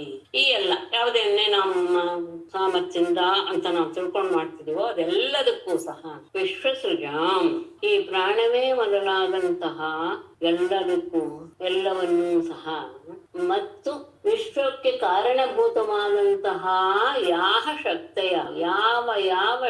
ಇದೆಯೋ, ಕ್ರಿಯಾಶಕ್ತಿಗೆ ಪ್ರಧಾನವಾದದ್ದು ಪ್ರಾಣ ಮತ್ತು ವಿಶ್ವಕ್ಕೆ ಬೇಕಾದಂತಹ ವಸ್ತುಗಳು, ಇವುಗಳನ್ನೆಲ್ಲ ಸೃಷ್ಟಿ ಮಾಡುವಂತಹ ಯಾವ ಶಕ್ತಿಗಳು ನಮಗೆ ಕಾಣುತ್ತಾ ಇದೆಯೋ, ಅದರಿಂದ ಇದಾಯ್ತು ಇದರಿಂದ ಅದಾಯ್ತು ಅಂತ ನಾವು ಹೇಳ್ತೀವಿ. ನಮ್ಮಿದಾಯ್ತು, ನಮ್ಮ ಶಕ್ತಿಯನ್ನು ಉಪಯೋಗಿಸಿದೆ, ಅವುಗಳೆಲ್ಲವೂ ಸಹ ಪರಸ್ಯ, ಇದೆಲ್ಲವೂ ಪರಮಾತ್ಮನಿಗೆ ಸಂಬಂಧಪಟ್ಟಿದ್ದು, ಅದು ನಿನ್ನದೇ. ಯಾಕೆ ಅಂದ್ರೆ ಪಾರತಂತ್ರ್ಯಾತ್, ಇವು ಯಾವುದೂ ಸಹ ಈಗ ಹೇಳಿದಂತಹ ಯಾವ ವಸ್ತುವು ಸಹ ಸ್ವತಂತ್ರವಲ್ಲ. ಯಾಕೆ ಅನ್ನೋದನ್ನ ಅದ್ಭುತವಾಗಿ ತಗೊಳ್ತಾರೆ. ಈಗ ಒಂದು ಹಣ್ಣನ್ನ ಒಂದು ಗುರಿಯ ಹಾಗೆ ಒಂದು ಕಲ್ಲನ್ನ ಎಸೆದು ಆ ಹಣ್ಣನ್ನ ಬೀಳಿಸಿದ್ರೆ ಆ ಕಲ್ಲಿಗೆ ಶಕ್ತಿ ಇತ್ತು, ಕಲ್ಲು ಬೀಳಿಸ್ತು ಅಂತ ಅರ್ಥವೇ? ಕಲ್ಲನ್ನ ಎಸೆದಂತಹ ನಮ್ಮಲ್ಲಿ ಶಕ್ತಿ ಇತ್ತು ಅಂತ ಅರ್ಥವೇ? ಅಂದ್ರೆ ಕಲ್ಲು ಬೀಳಿಸಿದ್ದಲ್ಲ, ಆ ಕಲ್ಲಿಗೆ ಆ ಶಕ್ತಿಯನ್ನು ಕೊಟ್ಟಂತಹ ಆ ವ್ಯಕ್ತಿಯಲ್ಲಿರುವ ಶಕ್ತಿಯೇ ಹೊರತು ಕಲ್ಲಿಗೆ ಯಾವ ಶಕ್ತಿಯೂ ಇಲ್ಲ. ಯಾಕೆ? ಅದು ಪರಾಧೀನ. ಹಾಗೆಯೇ ಇನ್ನೂ ಸಹ ಪುರುಷನಿಗೆ ಯಾವ ಇದು ಸಾಮರ್ಥ್ಯವೂ ಇಲ್ಲ. ಅದ್ರ ಒಳಗಿರುವಂತಹ ಆ ಚೈತನ್ಯ ಶಕ್ತಿ ಕೆಲಸ ಮಾಡಿದ್ರೆ ಮಾತ್ರ ಭಗವಂತನ ಶಕ್ತಿಯಿಂದಲೇ ಎಲ್ಲ ಕೆಲಸ ನಡೀತಾ ಇದೆ ಹೊರತು ಇವುಗಳೆಲ್ಲವೂ ಸಹ ಪಾರತಂತ್ರ್ಯ. ಅಷ್ಟೇ ಅಲ್ಲ, ವೈಸಾದೃಶ್ಯ, ಎರಡಕ್ಕೂ ಸಹ ಸಾದೃಶ್ಯವೇ ಇಲ್ಲ. ಯಾಕೆ ಅಂದ್ರೆ ಉದಾಹರಣೆಗೆ ಕಲ್ಲು ಹಣ್ಣು ಅಂತ, ಕಲ್ಲು ವ್ಯಕ್ತಿ ಅಂತ ತಗೊಂಡಾಗ ಕಲ್ಲು ಎನ್ನುವುದು ಅಚೇತನ, ಈ ವ್ಯಕ್ತಿ ಅನ್ನೋದು ಚೇತನ. ಹಾಗೆ ನಮ್ಮಂತ ಇಟ್ಕೊಂಡ್ರೆ ನಾವು ಅಚೇತನ, ನಮ್ಮಲ್ಲಿರುವಂತಹ ಆ ಪರಮಾತ್ಮನೇ ಚೇತನ. ಹೀಗೆ ವೈಸಾದೃಶ್ಯ ಇದೆ, ಸಾದೃಶ್ಯವೇ ಇಲ್ಲ ಇಬ್ಬರಿಗೂ ಸಹ. ಹಾಗಾಗಿ ಅಚೇತನವಾದಂತಹ ಪ್ರಾಣಾದಿ ವರ್ಗಗಳಿಗೆ ಚೇತನದ ಮೂಲಕವೇ ಬರಬೇಕಲ್ವಾ ಎಲ್ಲ ಶಕ್ತಿನೂ. ಹಾಗಾಗಿ ಚೇತನವನ್ನ ನಾವು ಅವಲಂಬಿಸಿದೀವಿ ಅಂದ್ರೆ ನಾವು ಪರತಂತ್ರ ಆದಿವಿ ಆಯ್ತು, ಚೇತನ ಎನ್ನುವುದು ಸ್ವತಂತ್ರ ಅಂತ ಆಯ್ತು. ಹಾಗಾದ್ರೆ ಅಲ್ಲಿ ನಮ್ಗೆ ಕ್ರಿಯೆ ಕಾಣಿಸ್ತಲ್ಲ ಅಂದ್ರೆ ಚೇಷ್ಟ ಏವ ಚೇಷ್ಟತ. ಅಲ್ಲಿ ಯಾರಲ್ಲಿ ನಮ್ಮಲ್ಲಿರುವಂತಹ ಚೇಷ್ಟೆ ಅಂದ್ರೆ ಕ್ರಿಯೆಯಿಂದ ಕಲ್ಲಿಗೆ ಕ್ರಿಯೆ ಬಂದೆ ಹೊರತು ಕಲ್ಲಿಗೆ ಸ್ವತಂತ್ರ ಕ್ರಿಯೆ ಇಲ್ಲ. ವಾಯುವಿನಲ್ಲಿರುವಂತಹ ಶಕ್ತಿಯಿಂದ ಅಲ್ಲಿರುವಂತಹ ಹುಲ್ಲು ಅಲ್ಲಾಡುತ್ತೆ ಹೊರತು ಹುಲ್ಲಿಗೆ ಸ್ವತಂತ್ರವಾಗಿ ಅಲ್ಲಾಡುವಂತಹ ಸಾಮರ್ಥ್ಯ ಇಲ್ಲ, ಶಕ್ತಿ ಇಲ್ಲ. ಯಾಕೆಂದ್ರೆ ಅದು ಅಚೇತನ. ಇಲ್ಲಿ ನಾವು ಉದಾಹರಣೆಗೆ ತಗೊಂಡಾಗ ವಾಯು ಚೇತನ, ಆ ಹುಲ್ಲು ಅನ್ನೋದು ಅಚೇತನ. ಹಾಗಾಗಿ ಅದನ್ನ ಇದರಲ್ಲಿರುವಂತಹ ಚೈತನ್ಯವೇ ಅದರಲ್ಲಿ ಇದ್ದ ಹಾಗೆ ಭಾಸವಾಗುತ್ತೆ ಹೊರತು ಯಾವುದು ನಮ್ಮಿಂದ ಅಲ್ಲ. ಪ್ರತಿಯೊಂದು ಯಾವುದು ಕ್ರಿಯಾಶಕ್ತಿ ಆಗಬಹುದು, ಜ್ಞಾನಶಕ್ತಿ ಆಗಬಹುದು, ಪ್ರತಿಯೊಂದು ಶಕ್ತಿಯೂ ಸಹ ನಿನ್ನ ಶಕ್ತಿಯೇ ಹೊರತು ಅದು ಸ್ವತಂತ್ರವಾದ ಶಕ್ತಿ ಅಲ್ಲ. ಯಾಕೆ ಅಂದ್ರೆ ಈ ಅಚೇತನವಾದದ್ದು ದೇಹ, ಅದಕ್ಕೆ ಚೈತನ್ಯ ಒಂದು ಬೇಕು. ಈ ಅಚೇತನವಾದದ್ದು ಯಾವಾಗಲೂ ಪರತಂತ್ರ. ಹಾಗಾಗಿ ಆ ನಿನ್ನ ಇರುವಿಕೆಯಿಂದಲೇ ಈ ದೇಹ ಎಲ್ಲವೂ ಕೆಲಸ ಮಾಡ್ತಾ ಇದೆ, ಅಥವಾ ಈ ದೇಹದಲ್ಲಿ ಎಲ್ಲ ಶಕ್ತಿಗಳು ಇದೆ ಅಂತ ಹೇಳಬೇಕು. ಯಾಕೆ ಅಂದ್ರೆ ಇದರಲ್ಲಿ ಸಾದೃಶ್ಯವೇ ಇಲ್ಲ, ಒಂದು ಚೇತನ ಇನ್ನೊಂದು ಅಚೇತನ ಆದರೆ. ಹಾಗಾದ್ರೆ ಚೇಷ್ಟೆ ಕಾಣಿಸ್ತಾ ಇದೆಯಲ್ಲ ಅಂದ್ರೆ ಹೌದು, ಒಳಗಿರುವಂತಹ ಆ ವ್ಯಕ್ತಿ ನಮ್ಮಲ್ಲಿ ಚೇಷ್ಟೆಯನ್ನ ಉಂಟು ಮಾಡ್ತಾ ಇದ್ದಾನೆ. ಹಾಗಾಗಿ ಕೈ ಕೆಲಸ ಮಾಡುತ್ತೆ, ಕಾಲು ನಡೆಯುತ್ತೆ, ತಲೆ ಬುದ್ಧಿ ವಿಚಾರ ಮಾಡುತ್ತೆ, ಬಿಟ್ರೆ ಯಾವುದು ಸ್ವತಂತ್ರ ಅಲ್ಲ ಅಂತ ಹೇಳಿ ಮತ್ತೆ ಪಾರತಂತ್ರ್ಯ ಹೇಗೆ ಅನ್ನೋದನ್ನ ಮತ್ತೆ ಹೇಳ್ತಾರೆ. ಕಾಂತಿಸ್ತೇಜ ಪ್ರಭಾಸಕ್ತ ಚಂದ್ರಾಗ್ನ್ಯರ್ಕರ್ಷ ವಿದ್ಯುತಾಂ ಯತ್ಸ್ಥೈರ್ಯಂ ಭೂಭೃತಾಂ ಭೂಮೇಃ ವೃತ್ತಿ ಗಂಧೋ ಅರ್ಥತೋ ಭವಾನ್. ಪ್ರತಿಯೊಂದನ್ನು ಹೇಳ್ಬಿಟ್ಟಿದ್ದಾರೆ ಇದ್ರಲ್ಲಿ. ಇನ್ನೂ ನಮಗೆ ಅಲ್ಲ, ಏನು ಹೇಳಿದ ತಕ್ಷಣ ನಾವೇನು ಹಾಗೇನು ತಿಳ್ಕೊಂಡ್ಬಿಡ್ತೀವಿ ಅಂತಲ್ಲ, ಆದ್ರೆ ವಿಚಾರ ಮಾಡುವಂತಹ ಒಂದು ಪ್ರವೃತ್ತಿ ಬೆಳೆಯುತ್ತೆ. ಹೌದು, ನಮ್ಮಲ್ಲಿ ನಾನು ಏನು ಅಲ್ಲ. ಅನ್ನು ಕಾಂತಿ ತೇಜ ಪ್ರಭಾ ಸತ್ತ ಚಂದ್ರ ಅಗ್ನಿ ಅರ್ಕ ವೃಕ್ಷ ವಿದ್ಯುತಾಂ ಭೂಭೃತಾಂ ಯತ್ ಸ್ಥೈರ್ಯಂ ಭೂಮೇಃ ವೃತ್ತಿ ಗಂಧಃ ಅರ್ಥತಃ ಭವಾನ್. ಇಲ್ಲಿ ಒಂದು ಇದಕ್ಕೆ ನಾನು ಕಲ್ಲು ಹೇಳದ್ನಲ್ಲ, ಅದಕ್ಕೊಂದು ಇದು ಕೊಟ್ಟಿದ್ದಾರೆ. ಬಾಣ ಎನ್ನುವುದನ್ನ ಪ್ರಯೋಗ ಮಾಡಿದಾಗ ಆ ಬಾಣ ಹೋಗಿ ಗುರಿಯನ್ನು ಮುಟ್ಟುತ್ತೆ, ಗುರಿಯನ್ನು ನಾಶ ಮಾಡುತ್ತೆ, ಅಥವಾ ಯಾವುದನ್ನ ಏನ್ ಮಾಡುತ್ತೋ ಅದನ್ನ ಬೀಳಿಸುತ್ತೆ. ಅಂದ್ರೆ ಗುರಿಯನ್ನ ಭೇದಿಸುವುದು ಬಾಣ ಅಂತ ನಾವು ಹೇಳ್ತೇವೆ. ಆದ್ರೆ ಬಾಣಕ್ಕೆ ಆ ಶಕ್ತಿ ಬಂದಿದ್ದು ಯಾರಿಂದ? ಪ್ರಯೋಗ ಮಾಡುವಂತಹ ಸೈನಿಕನಿಂದ. ಇದು ತಗೊಂಡಾಗ ನಮಗೆ ಚೇತನ ಅಚೇತನ ಎನ್ನುವುದರ ಜ್ಞಾನ ಬರುತ್ತೆ. ನಿಜವಾಗಿ ಬಾಣದಲ್ಲಿ ಯಾವ ಶಕ್ತಿಯೂ ಇಲ್ಲ. ಇದ್ರ ಬಗ್ಗೆ ವ್ಯಾಕರಣದಲ್ಲಿ ತುಂಬಾ ವಿಚಾರ ಮಾಡಿಬಿಟ್ಟಿದ್ದಾರೆ. ಯಾಕೆ ಕಾರಣಕ್ಕೆ ಇಲ್ಲಿದೆ ಶಕ್ತಿ ಅಂತ ವಿಚಾರ ಮಾಡಿದ. ಯಾಕೆಂದ್ರೆ ಅದು ಮೊಂಡ ಆದ್ರೆ ಬಾಣ ಹರಿತವೇ ಇಲ್ಲದಿದ್ರೆ ಇವನು ಎಷ್ಟೇ ಶಕ್ತಿ ಮಾಡಿ ಪ್ರಯೋಗ ಮಾಡಿದ್ರು ಅದು ತನ್ನ ಕೆಲಸವನ್ನು ಮಾಡುತ್ತೆ ಇತ್ಯಾದಿ. ಅದು ತುಂಬಾ ಕಾರಕದಲ್ಲಿ ಇದೆ, ಈ ಸದ್ಯಕ್ಕೆ ಬೇಡ. ಆದ್ರೆ ಹರಿತವಾದದ್ದನ್ನ ಇಟ್ಟುಕೊಂಡಾಗ ನಾವು ಬಾಣ ಪ್ರಯೋಗ ಮಾಡಿದಾಗ, ಸರಿಯಾದ ರೀತಿಯಲ್ಲಿ ಬಾಣ ಪ್ರಯೋಗ ಮಾಡಿದಾಗ ಮಾತ್ರ ಏನಾಗುತ್ತೆ, ಅದು ಗುರಿಯನ್ನು ತಲುಪುತ್ತೆ ಹೊರತು ಇಲ್ಲದಿದ್ದರೆ ಮೊನ್ನೆ ನಾವು ನೋಡೋದಲ್ಲ ಕೃಷ್ಣನ ಮಹರ್ಷಿಯರಲ್ಲಿ ಹೇಗೆ ಆಯ್ತು ಅಂತ. ಎಲ್ಲವೂ ಆಯ್ತು ಅರ್ಜುನನೂ ಸಹ ಪ್ರಯೋಗ ಮಾಡಿದ, ಆದ್ರೆ ಅದನ್ನ ತಗಲ್ಕೊಂಡು ಹೋಯ್ತೆ ಹೊರತು ಮತ್ಸ್ಯ ಗುರಿಯನ್ನು ಮುಟ್ಲಿಲ್ಲ. ಅಂದರೆ ಅದರಲ್ಲಿ ಇದ್ದಿದ್ದು ಏನು? ಹಾಗಾದ್ರೆ ಅರ್ಜುನನಲ್ಲಿ ಆ ರೀತಿಯ ಸಾಮರ್ಥ್ಯ ಇರಲಿಲ್ಲ. ಅರ್ಜುನನಲ್ಲೇ ಇರ್ಬೇಕಾಗಿದ್ದದು, ಬಾಣದಲ್ಲಿ ಅಲ್ಲ. ಅಚೇತನಗಳಾದ ಪ್ರಾಣಾದಿಗಳು ನಿನಗೆ ಅಧೀನವಾಗಿವೆ. ಚೇತನನಾದ ನಿನಗೂ ಅಚೇತನಗಳಾದ ಅವುಗಳಿಗೂ ಸಹ ಯಾವ ಹೋಲಿಕೆಯೂ ಸಹ ಇಲ್ಲ. ಯಾಕೆಂದ್ರೆ ಒಂದು ಕಾರ್ಯದಲ್ಲಿ ಅನೇಕರಿಗೆ ಸ್ವಾತಂತ್ರ್ಯ ಇದ್ದು ಬಿಟ್ರೆ, ಗಮನಿಸಿ, ಅನೇಕರು ಇರಾಗ್ಬಿಟ್ರೆ, ಸ್ವತಂತ್ರ ಕೆಲಸ ಮಾಡಕ್ ಹೊರಟಿದ್ರೆ ಕಾರ್ಯ ಎನ್ನುವುದು ಆಗೋದೇ. ಅನೇಕ ಜನ ಅಡಿಗೆ ಮಾಡಿದ್ರೆ ಅಡಿಗೆ ತಿನ್ನೋಕೆ ಬರೋದಿಲ್ಲ. ಅಂದ್ರೆ ಅವ್ರವ್ರದ್ದಾದ ಅಡಿಗೆ ಮಾತ್ರ, ಒಂದೇ ಅಡಿಗೆನ ಎಲ್ಲರೂ ಮಾಡಿದರೆ ಅದು ತಿನ್ನಕ್ಕೆ ಬರುತ್ತೆ. ಹಾಗಾಗಿ ಆ ಪ್ರಾಣಾದಿಗಳಿಗೆ ಇರುವಂಥದ್ದು ಶಕ್ತಿ ಎಲ್ಲ, ಅದು ಶಕ್ತಿಶಾಲಿಯಾದ ನಿನ್ನಿಂದ ಅವುಗಳಲ್ಲಿ ಹುಟ್ಟುವಂತಹ ಒಂದು ಕ್ರಿಯೆ ಅಷ್ಟೇ. ನಿನ್ನಿಂದ ಅವುಗಳಲ್ಲಿ ಕ್ರಿಯೆ ಹುಟ್ಟಿತು ಅನ್ನುವಾಗ ಗೊತ್ತಾಗುತ್ತೆ, ಅವುಗಳೇ ಮಾಡುವು ಎನ್ನುವಂತಹ ಇದು ಬರುತ್ತೆ. ಹಾಗೆ ಇಲ್ಲೂ ಸಹ ಕಾಂತಿ ತೇಜ ಯಾವ್ಯಾವ್ದು ಅನ್ನೋದನ್ನು ತಗೊಂಡಿದ್ದಾರೆ. ಕಾಂತಿ ಅಂದ್ರೆ ಚಂದ್ರನ ಕಾಂತಿ, ತೇಜ ಅಂದ್ರೆ ಅಗ್ನಿಯ ತೇಜಸ್ಸು, ಹಾಗೆ ಪ್ರಭಾ ಅಂದ್ರೆ ಸೂರ್ಯನ ಪ್ರಭೆ, ಸತ್ತ ಅಂದರೆ ಇರುವಿಕೆ ಯಾವುದ್ರದ್ದು? ಚಂದ್ರಾಗ್ನ್ಯರ್ಕ ವೃಕ್ಷ ವಿದ್ಯುತಾಂ ಸತ್ತ. ಅಂದ್ರೆ ಚಂದ್ರ ಕಾಂತಿಗೆ ಆಯ್ತು, ಅಗ್ನಿ ತೇಜಸ್ಸಿಗೆ ಆಯ್ತು, ಅರ್ಕ ಅನ್ನೋದು ಪ್ರಭಾಗ ಆಯ್ತು, ಸತ್ತ ಯಾವ್ದಕ್ಕಾಯ್ತು ಅಂದ್ರೆ ವಿದ್ಯುತ್. ವೃಕ್ಷ ಅಂದ್ರೆ ನಕ್ಷತ್ರ, ವಿದ್ಯುತ್ ಅಂದ್ರೆ ಮಿಂಚು. ಇವುಗಳ ಇರುವಿಕೆ ಅವುಗಳು ಹೇಗೆ ಬಂದು ತತ್ಕ್ಷಣ ಮಾಯವಾಗಿ ಬಿಡುತ್ತೆ. ನಕ್ಷತ್ರ ಮತ್ತು ಮಿಂಚಿನಲ್ಲಿರುವಂತಹ ಹೊಳೆಯುವಂತಹ ರೀತಿಯ ಇರುವಿಕೆ. ಆಮೇಲೆ ಭೂಭೃತಾಂ ಪರ್ವತಗಳಿಗೆ ಯತು ಸ್ಥೈರ್ಯಂ ಯಾವ ಸ್ಥಿರತ್ವವಿದೆಯೋ ಅಷ್ಟೇ ಅಲ್ಲ, ಭೂಮೇಹೇ ವೃತ್ತಿ ಭೂಮಿಯ ವೃತ್ತಿ ಅಂತ ಹೇಳಿದರೆ ಅವುಗಳಿಗೆ ಪ್ರಾಣಿಗಳ ಆಧಾರ ರೂಪದಲ್ಲಿ ಅದು ಇರುವುದು. ಅಂದರೆ ಆಧಾರ, ಎಲ್ಲ ಜೀವಿಗಳಿಗೂ ಆಧಾರ ಅಷ್ಟೇ ಅಲ್ಲ, ಅದರಲ್ಲಿರುವಂತಹ ಗಂಧ ಇದೆಯಲ್ಲ ಆ ಗುಣ, ಇದೆಲ್ಲವೂ ಸಹ ಅರ್ಥತಃ ವಾಸ್ತವವಾಗಿ ಭವಾನ್ ನೀನೇ ಅಂದ್ರೆ ನಿನ್ನ ಶಕ್ತಿಯೇ ಆಗಿದೆ ಹೊರತು ಬೇರೆ ಅಲ್ಲ. ಕಾಂತಿ ತೇಜ ಪ್ರಭಾ ಚಂದ್ರ ಅಗ್ನಿ ಅರ್ಕ ಸತ್ತ ಏನು ವೃಕ್ಷ ವಿದ್ಯುತಾಂ ಸತ್ತ. ಆಮೇಲೆ ಭೂಭೃತ ಪರ್ವತಗಳ ಯಾವ ಸ್ಥಿರತೆ ಎನ್ನುವುದಿದೆಯೋ, ಭೂಮಿಯ ಯಾವ ಆಧಾರ ಎನ್ನುವಂತಹ ಒಂದು ವೃತ್ತಿ ಇದೆಯೋ, ಅದರಲ್ಲಿರುವಂತಹ ಗಂಧ ಎನ್ನುವಂತಹ ಗುಣ ಯಾವುದಿದೆಯೋ, ಇದೆಲ್ಲವೂ ಸಹ ಪರಮಾರ್ಥದಲ್ಲಿ ನೋಡಿದ್ರೆ ನೀನೇನೆ, ನಿನ್ನ ಶಕ್ತಿಯೇ ಅಷ್ಟು. ಅಪಾಂ ತರ್ಪಣಂ ಪ್ರಾಣನಂ ಅಪಾಂ ದೇವತ್ವಂ ತಾಶ್ಚ ತದ್ರಸಃ ಓಜಸ್ಸಹೋ ಬಲಂ ಚೇಷ್ಟಾ ಗತಿ ವಾಯೋ ತವ ಈಶ್ವರ. ದೇವ ಅಪಾಂ ತರ್ಪಣಂ ಪ್ರಾಣನಂ ತಾಹ ತದ್ ರಸಃ ಚ ತ್ವಂ ಈಶ್ವರ ವಾಯೋ ಓಜಃ ಸಹ ಬಲಂ ಚೇಷ್ಟಾ ಗತಿ ತವ. ದೇವ ಪರಮಾತ್ಮನೇ, ಅಪಾಂ ನೀರಿನಲ್ಲಿರುವ ತರ್ಪಣಂ ಅಂದ್ರೆ ತೃಪ್ತಿಗೊಳಿಸುವಂತಹ, ನೀರು ಕುಡಿದ ತಕ್ಷಣ ತೃಪ್ತಿ ಆಗುವಂತಹದ್ದು ಶಕ್ತಿ ಇದೆ ಅಷ್ಟೇ ಅಲ್ಲ. ಪ್ರಾಣನಂ ಜೀವ ಉಳಿಸುವ ಶಕ್ತಿಯು ಅದಕ್ಕಿದೆ, ಅದು ಸಹ ಅಷ್ಟೇ ಅಲ್ಲ.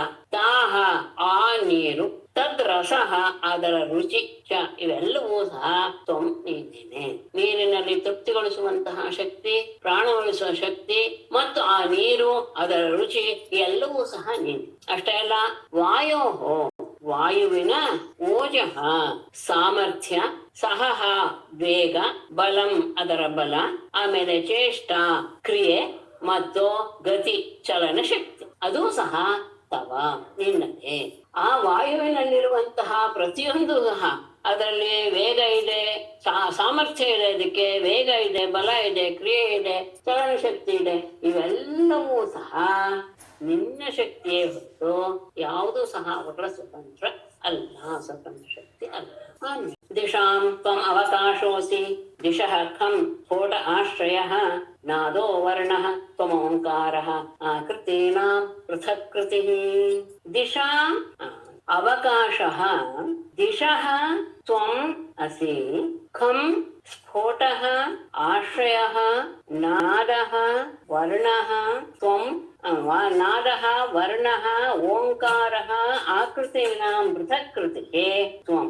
ಇದು ಸ್ವಲ್ಪ ಗಮನಿಸಿಕೊಂಡು ಕೇಳ್ಕೊಂಡ್ರೆ, ದಿಶಾಂ ಅವಕಾಶ ದಿಕ್ಕುಗಳಲ್ಲಿರುವ ಅವಕಾಶ. ಅವಕಾಶ ಅಂದ್ರೆ ಒಂದು ವಸ್ತು ಇರುವುದಕ್ಕೆ ಸ್ಥಳ, ಅದೇನೆ ಅವಕಾಶ.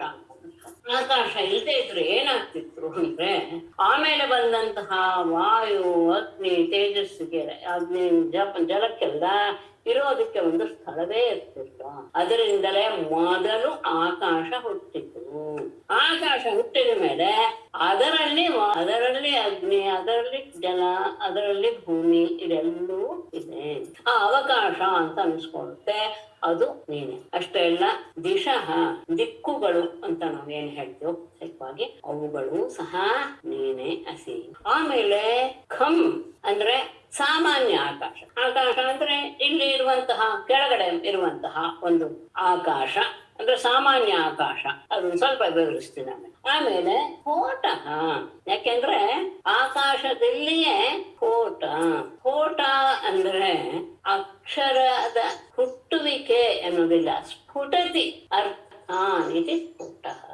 ಯಾವುದು ಹೊರಗೆ ಬರುತ್ತೋ, ಸ್ಫುಟತಿ ಅಂದ್ರೆ ನಮಗೆ ಇದಾಗೇನು ಗೊತ್ತಾಗುವ ರೀತಿಯಲ್ಲಿ ಭಾಸಮಾನವಾಗುತ್ತಲ್ಲ, ಅಂದ್ರೆ ಇದು ಅಕ್ಷರ ಅಂತ ಗೊತ್ತಾಗುತ್ತಲ್ಲ, ಅದರ ಮೂಲ ತತ್ವ ಆಕಾಶದಲ್ಲಿದೆ. ಯಾಕೆಂದ್ರೆ ಆಕಾಶದ ಗುಣ ಶಬ್ದ. ಆ ಸ್ಫೋಟಕ್ಕೆ ಏನಾಗಿದೆ, ಅದು ಆಶ್ರಯ. ಖಂ ಸ್ಫೋಟ ಆಶ್ರಯ. ಆ ಸ್ಫೋಟಕ್ಕೆ ಅದು ಆಶ್ರಯವಾಗಿದೆ ಆಕಾಶ. ಅಂದ್ರೆ ಏನಂತ ತಗೊಳ್ತಾರೆ ಅಂದ್ರೆ ಶಬ್ದ ತನ್ಮಾತ್ರೆ. ಪಂಚಭೂತಗಳು ಅಂದ್ರೆ ಆಕಾಶ, ವಾಯು, ಅಗ್ನಿ, ಅಪು, ಪೃಥ್ವಿ, ಅವುಗಳಿಗೆ ಸೂಕ್ಷ್ಮ ತತ್ವ ಎಲ್ಲಿದೆ ಅಂದ್ರೆ ಅದರ ಒಳಗೆ ಇರುತ್ತೆ. ಅದನ್ನ ತನ್ಮಾತ್ರೆ ಅಂತ ಕರೀತಾರೆ. ಆ ಸ್ಫೋಟ ಏನು ಅಂದ್ರೆ, ನಾವು ಶಬ್ದಗಳನ್ನ 4 ವಿಭಾಗವಾಗಿ ಮಾಡ್ತೀವಲ್ಲ, ಪರ, ಪಶ್ಯಂತಿ, ಮಧ್ಯಮ, ವೈಖರಿ ಅಂತ. ಎಲ್ಲಿ ಆರಂಭವಾಗುತ್ತೋ ಅದೇ ಸ್ಫೋಟ, ಅದೇನೆ ಪರಾವಾಕ್ ಅಂತ ಅನ್ನಿಸ್ಕೊಳ್ಳುತ್ತೆ. ಅಂದ್ರೆ ಅದೇ ಶಬ್ದದ ತನ್ಮಾತ್ರೆ. ತನ್ಮಾತ್ರ ಅಂದ್ರೆ ಮೂಲ ವಸ್ತು ಅಂತ ಇಟ್ಕೊಳ್ಬಹುದು. ತದೇವ ತನ್ಮಾತ್ರಂ, ಅದು ಇದ್ರೆ ಅದು ಶಬ್ದದ ರೂಪದಲ್ಲಿ ನಮಗೆ ಕಾಣುತ್ತೆ. ಆಮೇಲೆ ನಾದ. ನಾದ ಅಂದರೆ ನದತಿ ಇತಿ ನಾದ ಅಷ್ಟೇ. ಕೇವಲ ನಾದ ಅಂದ್ರೆ ಧ್ವನಿ ಮಾತ್ರ ಕೇಳಿಸುವಂಥದ್ದು. ಅದು ಪಶ್ಯಂತಿ ವಾಕ್ ಅನ್ನಿಸ್ಕೊಡುತ್ತೆ.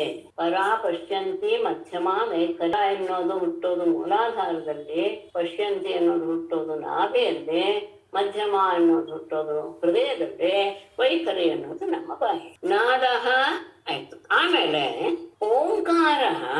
ಓಂಕಾರ ಎನ್ನುವುದು ಅದು ಮಧ್ಯಮ.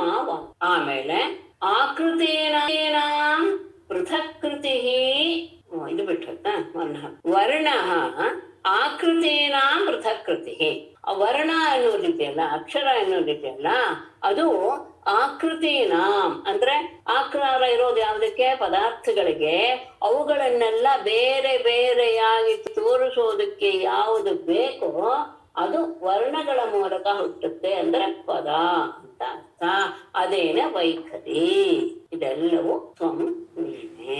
ಮೊದಲು ದಿಕ್ಕುಗಳಲ್ಲಿರುವ ಅವಕಾಶ ನೀನೆ. ಸಾಮಾನ್ಯ ಆಕಾಶ, ಅದಕ್ಕೆ ಆಶ್ರಯಭೂತವಾದದ್ದು ಏನು, ಅಂದ್ರೆ ಪರಾವಾಕ್ ಅಂದ್ರೆ ಶಬ್ದ ತನ್ಮಾತ್ರೆ. ನಾದ ಅಂದ್ರೆ ಕೇವಲ ಧ್ವನಿ ಮಾತ್ರ, ಅದು ಅಕ್ಷರ ರೂಪದಲ್ಲಿ ಇರೋದಿಲ್ಲ, ಸ್ವಲ್ಪ ಗಮನಿಸ್ಕೊಳ್ಬೇಕು. ಕೇವಲ ನಾದ ಧ್ವನಿ ಮಾತ್ರ, ಅದು ಪಶ್ಯಂತಿ. ಆಮೇಲೆ ಅಕ್ಷರ ರೂಪವನ್ನು ಹೊಂದುತ್ತೆ ಓಂಕಾರ, ಅದು ಮಧ್ಯಮ. ಆಮೇಲೆ ಅದು ವರ್ಣ ರೂಪದಲ್ಲಿ ಬಂದು ಅರ್ಥಗಳನ್ನ ಬೇರೆ ಬೇರೆಯಾಗಿ ತಿಳಿಸಿಕೊಡುವಂತಹ ವರ್ಣಗಳ ಸಮೂಹವನ್ನು ಹೊಂದುತ್ತೆ, ಅದು ವೈಖರಿ. ಇದು ಎಲ್ಲವೂ ಸಹ ನೀನೇನೆ. ಅಷ್ಟೇ ಅಲ್ಲ, ಇಂದ್ರಿಯಂತು ಇಂದ್ರಿಯಾಣಾಂ ತ್ವಂ ದೇವಾಶ್ಚ ತದನುಗ್ರಹ ಅವಬೋಧ ಭವಾನ್ ಬುದ್ಧೇಃ ಜೀವಸ್ಯ ಅನುಸ್ಮೃತಿ ಸತಿ. ಇಂದ್ರಿಯಾಣಾಂ ತು ತ್ವಂ ಇಂದ್ರಿಯಂ ದೇವಾಃ ಚ ತ್ವಂ ತದನುಗ್ರಹ. ತ್ವಂ ಎಲ್ಲವೂ ತ್ವಂ ಎನ್ನುವಂತಕ್ಕೆ ತಗೊಳ್ಬೇಕು. ಅವಬೋಧ ಬುದ್ಧೇಃ ಅನುಸ್ಮೃತಿ. ಬುದ್ಧೇಃ ಜೀವಸ್ಯ ಅನುಸ್ಮೃತಿ. ಅನುಸ್ಮೃತಿ ಒಂದು ನಿಮಿಷ. ಬುದ್ಧೇಃ ಸತಿ ಜೀವಸ್ಯ ಅನುಸ್ಮೃತಿ. ಇಂದ್ರಿಯಾಣಂ ಎಲ್ಲ ಇಂದ್ರಿಯಗಳಿಗೂ ಸಹ ಇಂದ್ರಿಯಂ. ಇಂದ್ರಿಯ ಅಂದ್ರೆ ಏನರ್ಥ ಅಂದ್ರೆ ಆ ವಸ್ತುವನ್ನ ಪ್ರಕಾಶಪಡಿಸುವಂಥದ್ದು ಯಾವುದು, ಕಣ್ಣಿಗೆ ರೂಪವನ್ನ ತಿಳಿಯುವಂತಹ ಯೋಗ್ಯತೆ ಇದೆಯಲ್ಲ, ಎಲ್ಲ ಇಂದ್ರಿಯಗಳಿಗೂ ಸಹ ಇಂದ್ರಿಯದ ಏನ್ ಕೆಲಸ ಇದೆಯೋ ಪ್ರಕಾಶನ ಶಕ್ತಿ, ಅವುಗಳು ಸಹ ನೀನೇನೆ. ದೇವಾಹ ಚ ಅಂದ್ರೆ ಇಂದ್ರಿಯ ಅಧಿಷ್ಠಾತೃ ದೇವತೆಗಳು ಸಹ ನೀನೇನೆ. ತದನುಗ್ರಹ, ಅವರು ಇದ್ದು ಆ ಶಕ್ತಿಯನ್ನು ಉಂಟು ಮಾಡ್ತಾರಲ್ಲ ನಮ್ಮಲ್ಲಿ, ಅದೂ ಸಹ ತ್ವಂ ನೀನೇನೆ. ಅಷ್ಟೇ ಅಲ್ಲ, ಅವಬೋಧ, ತಿಳಿದುಕೊಳ್ಳುವಿಕೆ ಎನ್ನುವುದಿದೆಯಲ್ಲ, ಎಲ್ಲವನ್ನು ತಿಳಿದುಕೊಳ್ಳುವಿಕೆ ಎನ್ನುವುದಿದೆಯಲ್ಲ, ಅದೂ ಸಹ ಭವಾನು. ಬುದ್ಧೇಹೇ, ಬುದ್ಧಿಯ ಸತಿ ಇರುವಂತಹ ಜೀವಸ್ಯ ಅನುಸ್ಮೃತಿಗೆ, ಜೀವಿಯ ವಿರುದ್ಧವಾದಂತಹ ಇಂದ್ರಿಯಗಳ, ಇಂದ್ರಿಯ ಅಂದ್ರೆ ಪ್ರಕಾಶನ ಶಕ್ತಿ, ಅದರ ಅಧಿಷ್ಠಾತೃ ದೇವತೆ, ಆ ಅಧಿಷ್ಠಾತೃ ದೇವತೆಯ ಅನುಗ್ರಹ, ಇದೆಲ್ಲವೂ ನೀನೆ ಅಂದಾಯ್ತು. ಅವಬೋಧ, ತಿಳಿಯುವಂತಹ ಶಕ್ತಿ, ಅದನ್ನ ಮತ್ತೆ ಅನುಸ್ಮೃತಿಗೆ, ಅದನ್ನ ಮತ್ತೆ ನೆನಪಿಸಿಕೊಳ್ಳುವಂತಹ ಶಕ್ತಿ, ಇದೆಲ್ಲವೂ ಸಹ ಬುದ್ಧಿಗೆ ಇದೆಯಲ್ಲ, ಅದೆಲ್ಲವೂ ಬುದ್ಧಿಗೆ ಇದೆ ಅಂದ್ರೆ ಬುದ್ಧೇಹೇ ಜೀವಸ್ಯ, ಬುದ್ಧಿಯ ಆ ನಿಶ್ಚಯಾತ್ಮಕವಾದಂತಹ ಶಕ್ತಿ ಮತ್ತು ಜೀವನಿಗೆ ಅದನ್ನ ಮತ್ತೆ ನೆನಪಿಸಿಕೊಳ್ಳುವಂತಹ ಶಕ್ತಿ, ಇದೆಲ್ಲವೂ ಸಹ ನೀನೇನೆ. ಮತ್ತೆ ಭೂತಾನಾಮಸಿ ಭೂತಾದಿಹಿ ಇಂದ್ರಿಯಾಣಾಂ ಚ ತೈಜಸಃ ವೈಕಾರಿಕೋ ವಿಕಲ್ಪಾನಾಂ ಪ್ರಧಾನಂ ಅನುಶಾಯಿನಾಂ. ಭೂತಾನಾಂ ಭೂತಾದಿಹಿ ಅಸಿ ಇಂದ್ರಿಯಾಣಾಂ ತೈಜಸಃ ವಿಕಲ್ಪಾನಾಂ ವೈಕಾರಿಕಃ ಅನುಶಾಯಿನಾಂ ಪ್ರಧಾನಂ ತ್ವಮಸಿ. ಭೂತಾನಾಂ, ಎಲ್ಲ ಭೂತಗಳಿಗೂ ಸಹ, ಜೀವಿಗಳಿಗೂ ಸಹ, ಜೀವ ಮಾತೃಗಳಿಗೆ, ಎಲ್ಲ ಪೃಥ್ವಿಯಾದಿ ಭೂತಗಳಿಗೆ ಎಲ್ಲರಿಗೂ ಸಹ ಕಾರಣವಾದದ್ದು ಯಾವುದು? ಭೂತಾದಿಗೆ ಅಂದ್ರೆ ಪಂಚಭೂತಗಳು, ಅಂದ್ರೆ ಅವುಗಳು ಅಂದ್ರೆ ಏನರ್ಥ? ತಾಮಸ ಅಹಂಕಾರ. ಪಂಚಭೂತಗಳು ಹುಟ್ಟೋದಕ್ಕೆ ಕಾರಣವಾದದ್ದು ಮೂರು ಅಹಂಕಾರದಲ್ಲಿ ತಾಮಸ ಅಹಂಕಾರ, ಅದು ಸಹ ನೀನೇನೆ. ಆಮೇಲೆ ಇಂದ್ರಿಯಾಣ, ಕಣ್ಣು ಮೊದಲಾದಂತಹ ಇಂದ್ರಿಯಗಳಿಗೆ ಕಾರಣವಾದದ್ದು ಯಾವುದು? ತೈಜಸಃ, ಅದು ತೇಜ ಅಂದ್ರೆ ರಾಜಸ ಅಹಂಕಾರವು ನೀನೆ. ಅಂದ್ರೆ ಅಧಿದೈವ, ಅಧ್ಯಾತ್ಮ, ಅಧಿಭೂತ ಎನ್ನುವಂತಹ ಆ ಮೂರಕ್ಕೂ ಸಹ ಕಾರಣಭೂತವಾದಂತಹ ರಾಜಸ ಅಹಂಕಾರವು ನೀನೆ. ಹಾಗೇನೆ ವಿಕಲ್ಪಾನ ಅಂದ್ರೆ ಆ ಇಂದ್ರಿಯಗಳಿಗೆ ಅಧಿಷ್ಠಾತೃ ದೇವತೆಗಳು ಇದಾರಲ್ಲ, ಅವರೆಲ್ಲ ಭೇದದಿಂದ ಕಲ್ಪಿತ ಆದಂತಹ ದೇವತೆಗಳು. ಅಂತಹ ದೇವತೆಗಳಿಗೂ ವೈಕಾರಿಕ ಸಾತ್ವಿಕ ಅಹಂಕಾರವೂ ಸಹ ನೀನೆ.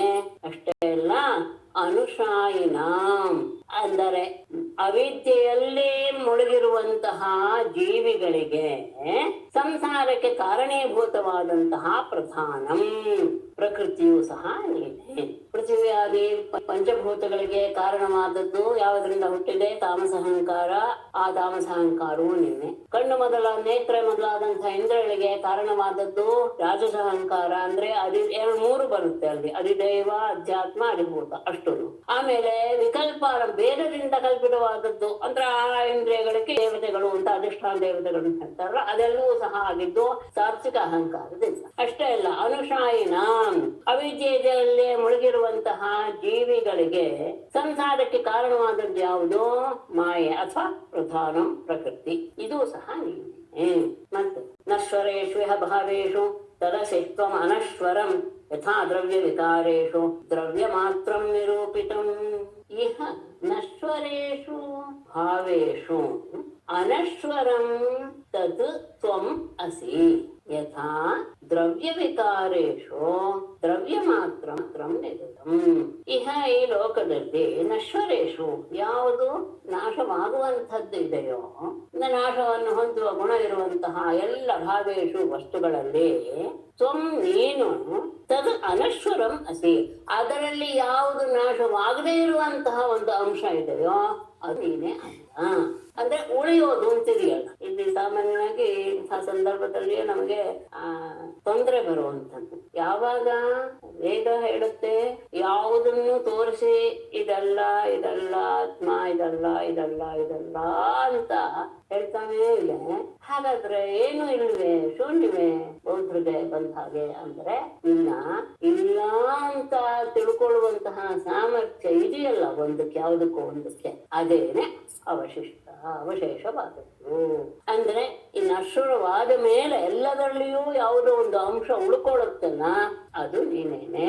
ಹೇಗೆ ಅನ್ನೋದನ್ನು ತಗೊಳ್ತಾರೆ. ಯಥಾ ದ್ರವ್ಯ ವಿಕಾರೇಶು, ಯಾವುದೋ ಒಂದು ದ್ರವ್ಯ, ಮಣ್ಣು ಅಂತ ತಗೊಂಡ್ರಾಗ ಮಣ್ಣಿನ ಅಥವಾ ಚಿನ್ನದ್ದು ತಗೊಂಡ್ರೆ ಮಣ್ಣಿನ ವಿಕಾರವಾದಂತಹ ಗಡಿಗೆ ಆಗಲಿ, ಚಿನ್ನದ ವಿಕಾರವಾದಂತಹ ಬಳೆ ಆಗ್ಲಿ ಇವುಗಳೆಲ್ಲವೂ ಸಹ ನಾಶವಾಗ್ಬಿಡುತ್ತೆ. ಹೌದು, ಗಡಿಗೆ ನಾಶವಾಗುತ್ತೆ, ಬಳೆಯೂ ನಾಶವಾಗುತ್ತೆ. ಆದರೆ ಆ ಮೂಲ ಮಣ್ಣು ಎನ್ನುವುದು ಹಾಗೆ ಉಳ್ಕೊಳ್ಳುತ್ತೆ. ದ್ರವ್ಯ ಮಾತ್ರ ನಿರೂಪಿತಂ. ಹಾಗೇನೆ ಚಿನ್ನ ಎನ್ನುವುದು ಹಾಗೆ ಉಳ್ಕೊಳ್ಳುತ್ತೆ. ಅದರಲ್ಲಿ ಮೂಲ ವಸ್ತು ಇರೋದು ಹಾಗೆ ಉಳ್ಕೊಳ್ಳುತ್ತೆ. ಹಾಗೆ ನಶ್ವರ ಎಲ್ಲವೂ ನಶ್ವರವಾದರೂ ಸಹ ಒಂದು ಯಾವುದು ಉಳಿಯುತ್ತೋ ಅದೇನೆ. ಮತ್ತೆ ಅಲ್ಲ, ಮೂರು ಗುಣಗಳು ಕಾರ್ಯ ಅಲ್ವೇ ಇದು ಅಂದರೆ ಅದು ಸಹ ನಿಲ್ಲಿಸಿದೆ. ಸತ್ವಂ ರಜಸ್ತಮ ಇತಿ ಗುಣಾಃ ತದ್ವೃತ್ತಯಶ್ಚಯಾಃ ತ್ವಯ್ಯದ್ಧಾ ಬ್ರಹ್ಮಣಿ ಪರೇ ಕಲ್ಪಿತಾಃ ಯೋಗಮಾಯಯಾ. ರಜಃ ಸತ್ವಂ ರಜಃ ತಮಃ ಇತಿ ಗುಣಾಃ ತದ್ವೃತ್ತಯಃ ಯಾಃ ಪರೇ ಬ್ರಹ್ಮಣಿ ತ್ವಯಿ ಯೋಗಮಾಯಯಾ ಕಲ್ಪಿತಾಃ ಅರ್ಥ. ಎಲ್ಲ ವಸ್ತುಗಳಲ್ಲಿಯೂ ಸ್ಥಿರವಾಗಿ ಸಕಲ ವಸ್ತು ನಾಶವಾದರೂ ಸಹ ಜಗತ್ತೇ ನಶ್ವರ.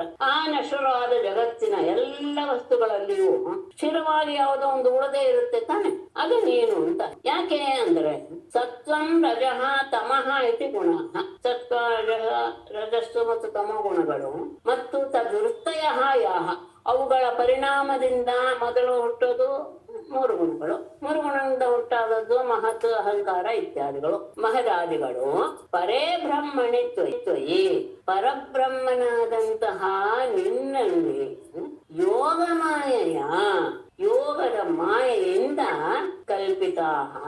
ಕಲ್ಪಿಸಲ್ಪಟ್ಟಿವೆ, ಕಲ್ಪಿತವಾಗಿವೆ. ಇದೇ ಸತ್ಯ. ಈ ಮೂರು ಗುಣಗಳು ಸತ್ವ ರಜಸ್ ತಮೋ ಗುಣಗಳು, ಅವುಗಳಿಂದ ಅವುಗಳ ನಾಮ ಹೊಂದ್ತಾ ಇದ್ದಾವಂದ್ರೆ ಮಹತ್ವ ಅಹಂಕಾರ ಎಲ್ಲವೂ ಸಹ ಉಂಟಾಗ್ತಾ ಇರುತ್ತೆ. ಹಾಗಾಗಿ ಅವುಗಳೆಲ್ಲವೂ ಸಹ ಇಲ್ಲ ಅನ್ನೋದೇ ನಿಜ. ಯಾಕೆಂದ್ರೆ ಇದೆಲ್ಲವೂ ಅಧ್ಯಾಸ. ತಸ್ಮಾನ್ನ ಸಂಚಮೀ ಭಾವಾಃ ಯರ್ಹಿ ತ್ವಯಿ ವಿಕಲ್ಪಿತಾಃ ಪಂಚಾಮೇಷು ವಿಕಾರೇಷು ಹನ್ಯದಾ ವ್ಯಾವಹಾರಿಕ ಅವ್ಯಾವಹಾರಿಕಃ. ತಸ್ಮಾತ್ ಅಮೇ ಭಾವಾಃ ನ ಸಂತಿ ಯರ್ಹಿ ತ್ವಯಿ ವಿಕಲ್ಪಿತಾಃ ಅಮೇಷು ವಿಕಾರೇಷು ಚ ತ್ವಂ ಅನ್ಯದಾ ಅವ್ಯಾವಹಾರಿಕಃ ಹಿ. ತಸ್ಮಾತ್ ಅದರಿಂದ ಅಮೇ ಭಾವಃ ಅದರಿಂದ ಅಮೇ ಭಾವಃ ಈ ಯಾವ ವಸ್ತುಗಳೂ ಸಹ ನ ಸಂತಿ ವಸ್ತುತಃ ಇಲ್ಲವೇ ಇಲ್ಲ. ಏಕೆಂದರೆ ತ್ವಯಿ ವಿಕಲ್ಪಿತ.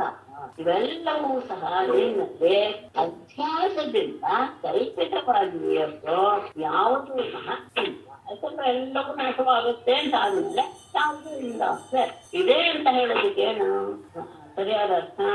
ಮೂರು ಕಾಲದಲ್ಲಿಯೂ ಯಾವ ಬದಲಾವಣೆಯನ್ನು ಹೊಂದದೆ ಇರಬೇಕು ಇನ್ನು ಪರಿಣಾಮ ಹೊಂದಿದೆ, ವಿಕಾರವನ್ನು ಹೊಂದಿದೆ, ಯಾವಾಗಲೂ ಇರುವಿಕೆ ಎನ್ನುವುದೇ ಇದೆ ಎನ್ನುವುದಕ್ಕೆ ಲಕ್ಷ್ಯ. ಯಾವಾಗ ಲಕ್ಷ್ಯವಾಗುತ್ತೋ ಇವುಗಳು ಯಾವುದು ಇಲ್ಲ ಅಂತ ಆಯ್ತು. ಯಾಕೆಂದ್ರೆ ಇವುಗಳೆಲ್ಲವೂ ಸಹ ನಿನ್ನಲ್ಲಿ ಅಧ್ಯಾಸದಿಂದ ಕಲ್ಪಿತವಾಗಿದೆ. ಅಷ್ಟೇ ಅಲ್ಲ, ಅಮೇಷು ವಿಕಾರೇಶು ಹೇಳಿದಂತಹ ಎಲ್ಲ ವಿಕಾರಗಳಲ್ಲಿ ಪದಾರ್ಥಗಳಲ್ಲಿ ತ್ವಂ ಚ ನೀನೇ ಆ ಕಲ್ಪನೆಗೂ ಸಹ ಆಶ್ರಯನಾಗಿ ನೀನೇ ಇರುವುದು. ಅನ್ಯದ ಆ ಕಲ್ಪಿತ ಎನ್ನುವುದೇ ಕಲ್ಪನೆ ಎನ್ನುವುದೇ ಇಲ್ಲದಿದ್ಬಿಟ್ರೆ ಏನಾಗ್ಬಿಡುತ್ತೆ? ಅವ್ಯಾವಹಾರಿಕ ಹೇ ನೀನು ಇದೆಯಾ ಎನ್ನುವಂತಹ ವ್ಯವಹಾರಕ್ಕೆ ವಿಷಯವೇ ಸಾಧ್ಯ. ನಾವು ಪರಮಾತ್ಮನನ್ನ ತಿಳ್ಕೊಳ್ಬೇಕಾದಾಗ ಈ ನಶ್ವರದ ವಸ್ತುಗಳಿಂದಲೇ ತಿಳ್ಕೊಳ್ಳೋಕೆ ಸಾಧ್ಯ. ಇಲ್ಲದಿದ್ರೆ ಅವನನ್ನು ತಿಳ್ಕೊಳ್ಳೋದಕ್ಕೆ ಸಾಧ್ಯವೇ ಇಲ್ಲ. ಹಾಗಾಗಿ ಈ ರೀತಿಯಾದಂತಹ ವಸ್ತುಗಳೆಲ್ಲವೂ ಸಹ ಅವನಲ್ಲಿಯೇ ಕಲ್ಪನೆ ಮಾಡಿಕೊಂಡು ಆ ಕಲ್ಪನೆಗಳಲ್ಲಿರುವಂತಹ ವಿಕಾರಗಳಲ್ಲಿಯೂ ಸಹ ನೀನೇ ಇದೆಯಾ ಅನ್ನೋದೇನೆ ತಾತ್ಪರ್ಯ. ಹೀಗೆ ಇಲ್ಲದೆ ಇದ್ದರೆ ನಿನ್ನನ್ನ ತಿಳಿದುಕೊಳ್ಳೋದಕ್ಕೆ ನೀನು ವ್ಯವಹಾರಕ್ಕೆ ವಿಷಯವೇ ಆ ವಿಷಯನೇ ಆಗೋದಿಲ್ಲ. ಸ್ವಲ್ಪ ಕಠಿಣವಾದದ್ದು ಇವತ್ತಿನ ವಿಷಯ. ತುಂಬಾ ಗಮನವಿಟ್ಟು ಮತ್ತೆ ಮತ್ತೆ ಹೇಳಿ ಅರ್ಥವಾಗದಿದ್ರೆ ನನಗೆ ನಾಳೆನೆ ಹೇಳಿ. ಎಷ್ಟು ಸಾಧ್ಯ ಅಷ್ಟು ಬಿಡಿಸಕ್ಕೆ ಪ್ರಯತ್ನ ಪಡ್ತೀನಿ. ಆಮೇಲೆ ಈ ಮಾಯಾಶಕ್ತಿಯದಿಂದಲೇ ಇಷ್ಟೆಲ್ಲ ಸಾಧ್ಯ. ಆ ಮಾಯಾಶಕ್ತಿಯನ್ನ ಪ್ರಯೋಗ ಮಾಡಿದ್ರಿಂದಲೇ ನಮಗೆ ಒಬ್ಬ ಪರಮಾತ್ಮನ ಅಸ್ತಿತ್ವ ಇದೆ ಅನ್ನೋದರ ಅರಿವು ಆಗ್ತದೆ. ಇಲ್ಲದಿದ್ರೆ ಅದು ಸಾಧ್ಯವೇ ಇಲ್ಲ. ಗುಣ ಪ್ರವಾಹ ಏತಸ್ಮಿನ್ ಅಬುಧಾಸ್ತು ಅಖಿಲಾತ್ಮನಃ ಗತಿಂ ಸೂಕ್ಷ್ಮಾಂ ಅಬೋಧೇನ ಸಂಸರಂತೀಹ ಕರ್ಮಭಿಃ. ಏತಸ್ಮಿನ್ ಗುಣ ಪ್ರವಾಹೇ ಅಬುಧಾಃ ಅಖಿಲಾತ್ಮನಃ ಸೂಕ್ಷ್ಮಾಂ ಗತಿಂ ಅಬೋಧೇನ ಇಹ ಕರ್ಮಭಿಃ ಸಂಸರಂತೆ. ಇದೇ ಎಲ್ಲರೂ ಜಗತ್ತಿನಲ್ಲಿ ಒದ್ದಾಡೋದಕ್ಕೆ ಕಾರಣವಾಗುವುದು. ಗುಣಪ್ರವಾಹೇ ಏತಸ್ಮಿನ್, ಗುಣಗಳ ಪ್ರವಾಹ. ಪ್ರವಾಹ ಅಂದ್ರೆ ಒಂದಾದ್ಮೇಲೆ ಬರ್ತಾನೇ ಇರುವಂತ, ಸತತವಾಗಿ ನಿಲ್ಲೋದು ಅನ್ನೋದೇ ಇಲ್ಲ ಪ್ರವಾಹ. ಅದಕ್ಕೆ ನದಿ ಪ್ರವಾಹ ಬರ್ತಾನೇ ಮುಂದೆ ಹೋಗ್ತಾನೆ ಇರುತ್ತೆ. ಸತ್ವಗುಣ, ರಜಗುಣ, ತಮಗುಣ, ಯಾವುದೋ ಒಂದು ಮೇಲೆ ಬರುತ್ತೆ, ಇನ್ನೊಂದು ಹಿಂದೆ ಹೋಗುತ್ತೆ. ಬಿಟ್ರೆ ಏಳೆಲ್ಲವೂ ಸಹ ಗುಣ ಪ್ರವಾಹ ಎನ್ನುವ ಈ ವಿಷಯದಲ್ಲಿ ಅಂದ್ರೆ ಜಗತ್ತಿನಲ್ಲಿ ಅಬುಧ ಜ್ಞಾನಿಗಳಲ್ಲದೆ ಇರೋರು ಅಂದ್ರೆ ಅಜ್ಞಾನಿಗಳು ಅಖಿಲಾತ್ಮನಃ ಎಲ್ಲ ಸ್ವರೂಪನೂ ಆದಂತಹ ನಿನ್ನ ಸೂಕ್ಷ್ಮಾಂಗತಿ ಅಂದ್ರೆ ಸೂಕ್ಷ್ಮವಾದಂತಹ ನಿನ್ನ ಇರುವಿಕೆ ಅಂದ್ರೆ ಪ್ರಪಂಚ ನೀನ ಅಲ್ಲ, ನಿಷ್ಪ್ರಪಂಚವಾದಂತಹ ನಿನ್ನ ಇರುವಿಕೆ ಎನ್ನುವುದನ್ನ ಅಬೋಧೇನ ತಿಳಿಯದೇ ಇರುವ ಕಾರಣಕ್ಕ ಇಹ ಈ ಲೋಕದಲ್ಲಿ ಕರ್ಮಭಿಹಿ ಅನೇಕ ರೀತಿಯ ಕರ್ಮಗಳನ್ನು ಮಾಡ್ತಾ ಮಾಡ್ತಾ ಮತ್ತೆ ಆ ಕರ್ಮದ ಫಲವನ್ನು ಅನುಭವಿಸೋದಕ್ಕೋಸ್ಕರ ಸಂಸರಂತೆ ಒದ್ದಾಡ್ತಾರೆ, ಹುಟ್ತಾ ಸಾಯ್ತಾ ಈ ಗುಣ ಪ್ರವಾಹದಲ್ಲಿ ಸಿಕ್ಕಿ ಹಾಕಿಕೊಂಡ ಅಂತಹ ಜನ ಅಖಿಲ ಸ್ವರೂಪನಾದಂತಹ ಅಂದ್ರೆ ಎಲ್ಲದರಲ್ಲಿಯೂ ನೀನಿದೆಯಾ, ಆದರೆ ನಿಷ್ಪ್ರಪಂಚವಾದದ್ದು ನಿನ್ನ ಸ್ಥಿತಿ ಎನ್ನುವುದನ್ನ ಸರಿಯಾಗಿ ತಿಳಿಯದೇ ಇರುವುದರಿಂದ ಅಜ್ಞಾನವನ್ನ ಹೊಂದಿ ಮತ್ತೆ ಮತ್ತೆ ಕರ್ಮದ ಬಂಧನಗಳಿಗೆ ಒಳಗಾಗಿ ಈ ಸಂಸಾರದಲ್ಲಿ ಒದ್ದಾಡ್ತಾನೆ. ಆದ್ರೆ ಎಲ್ಲ ಒಂದು ಅದ್ಭುತವಾದಂತಹ ವಿಷಯ ಹೇಳಿ, ಎದೃಚ್ಛಯ ನೃತಾಂ ಪ್ರಾಪ್ಯ ಸುಕಲ್ಪಾನಿ ದುರ್ಲಭಾನ್ ಸ್ವಾರ್ಥೇ ಪ್ರಮತ್ತಸ್ಯ ವಯಃ ಗತಂ ತನ್ಮಾಯೇಶ್ವರ. ಈಶ್ವರ ಇಹ ಸುಕಲ್ಪಾಂ ದುರ್ಲಭಾನ್ ನೃತಾಂ ಯದೃಚ್ಛಯ ಪ್ರಾಪ್ಯ ತ್ವನ್ಮಾಯಯ ಸ್ವಾರ್ಥೇ ಪ್ರಮತ್ತಸ್ಯ ವಯಃ ಗತಂ. ಯದೃಚ್ಛಯ ಇಹ ಈಶ್ವರ ಪರಮಾತ್ಮನೆ ಇಹ ಈ ಲೋಕದಲ್ಲಿ ಸುಕಲ್ಪ ಅಂದ್ರೆ ಅತ್ಯಂತ ಸಮರ್ಥವಾದಂತಹ ಅಂದ್ರೆ ಎಲ್ಲ ರೀತಿಯ ಇಂದ್ರಿಯಗಳು ಸಹ ಶಕ್ತಿಶಾಲಿಯಾಗಿವೆ, ಎಲ್ಲ ಕೆಲಸಗಳನ್ನು ಸಹ ಯೋಗ್ಯ ರೀತಿಯಲ್ಲಿ ಮಾಡಬಹುದು ಅಂತಹ ಸಾಮರ್ಥ್ಯವನ್ನು ಹೊಂದಿರುವ ದುರ್ಲಭಾಂ, ಅದು ಬಹಳ ಮುಖ್ಯ, ಸಿಗಲು ಅಸಾಧ್ಯವಾದಂತಹ ನೃತಾಂ ಮನುಷ್ಯತ್ವ ಅಂತ ಅರ್ಥ. ಮನುಷ್ಯತ ಮಧುರತ ಇದ್ದ ಹಾಗೆ ನೃತ ಮನುಷ್ಯ ಭಾವವನ್ನ ಯದೃಚ್ಛಯ ಅದು ಬಹಳ ಮುಖ್ಯ. ಅಕಸ್ಮಾತ್ತಾಗಿ ಅಂದ್ರೆ ಏನರ್ಥ, ಯಾವುದೋ ಪರಮಾತ್ಮನ ಅನುಗ್ರಹದಿಂದ ಪ್ರಾಪ್ಯ ಹೊಂದಿ ತ್ವನ್ಮಾಯೆಯ ಆದರೆ ನಿನ್ನ ಮಾಯೆಗೆ ವಶನಾಗಿ ಸ್ವಾರ್ಥೇ ಪ್ರಮತ್ತಸ್ಯ ಸ್ವಾರ್ಥಕ್ಕೆ ಒಳಗಾಗಿ ಇರುವುದನ್ನ ತಪ್ಪು ಮಾಡ್ತಾ ಮಾಡ್ತಾ ಪ್ರಮತ್ತಸ್ಯ ಅಂತಹ ಸ್ಥಿತಿಗೆ ಒಳಗಾದಂತಹ ಮನುಷ್ಯನ ವಯಃ ಗತಂ ಆಯುಷ್ಯ ಎನ್ನುವುದು ಹೊರಟೇ ಹೋಗುತ್ತದೆ. ಯಾವುದೋ ಒಂದು ಪುಣ್ಯ ವಿಶೇಷ ಪರಮಾತ್ಮನ ಅನುಗ್ರಹ ಇದರಿಂದ ಮನುಷ್ಯನ ಜನ್ಮ ಬಹಳ ದುರ್ಲಭ, ಎಲ್ಲರಿಗೂ ಸಿಗೋದಿಲ್ಲ. ಆದರೆ ಅಂತಹದ್ದು ಯಾವುದೋ ಒಂದು ನಮ್ಮ ಪುಣ್ಯ ವಿಶೇಷ ಪರಮಾತ್ಮನ ಅನುಗ್ರಹದಿಂದ ಎಂತಹ ಇದು ಸಿಕ್ಕಿದೆ, ಇಂದ್ರಿಯಗಳೆಲ್ಲೂ ಸಹ ಸರ್ವಶಕ್ತವಾಗಿದೆ. ಅಂತಹ ಸಮರ್ಥವಾದಂತಹ ಇಂದ್ರಿಯಗಳಿಂದ ಕೂಡಿದಂತಹ ಮನುಷ್ಯತ್ವವನ್ನು ಹೊಂದಿಯೂ ಸಹ ನಿನ್ನ ಮಾಯೆಯಿಂದ ಅವರೆಲ್ಲರೂ ಸಹ ತಮ್ಮದೇ ಅಂದ್ರೆ ದೇಹಕ್ಕೆ ಪ್ರಾಧಾನ್ಯವನ್ನು ಕೊಟ್ಟುಕೊಂಡು ಅದರಲ್ಲಿಯೇ ತಪ್ಪು ಮಾಡ್ತಾ ಹೋಗ್ತಾ ಆತನ ವಯಸ್ಸೇ ಅಂದ್ರೆ ಆಯುಷ್ಯವೇ ಕಳೆದು ಹೋಗುತ್ತೆ. ಆ ಸಂದರ್ಭದಲ್ಲಿ ಹೇಗಿರ್ತಾನೆ, ಅಸೌ ಅಹಂ ಮಮೈವೇತೆ ದೇಹೇ ಚ ಅಸ್ಯ ಅನ್ವಯಾದಿಷು ಸ್ನೇಹ ಪಾಶೇ ನಿಬಧ್ನಾತಿ ಭವಾನ್ ಸರ್ವಮಿದಂ ಜಗತ್.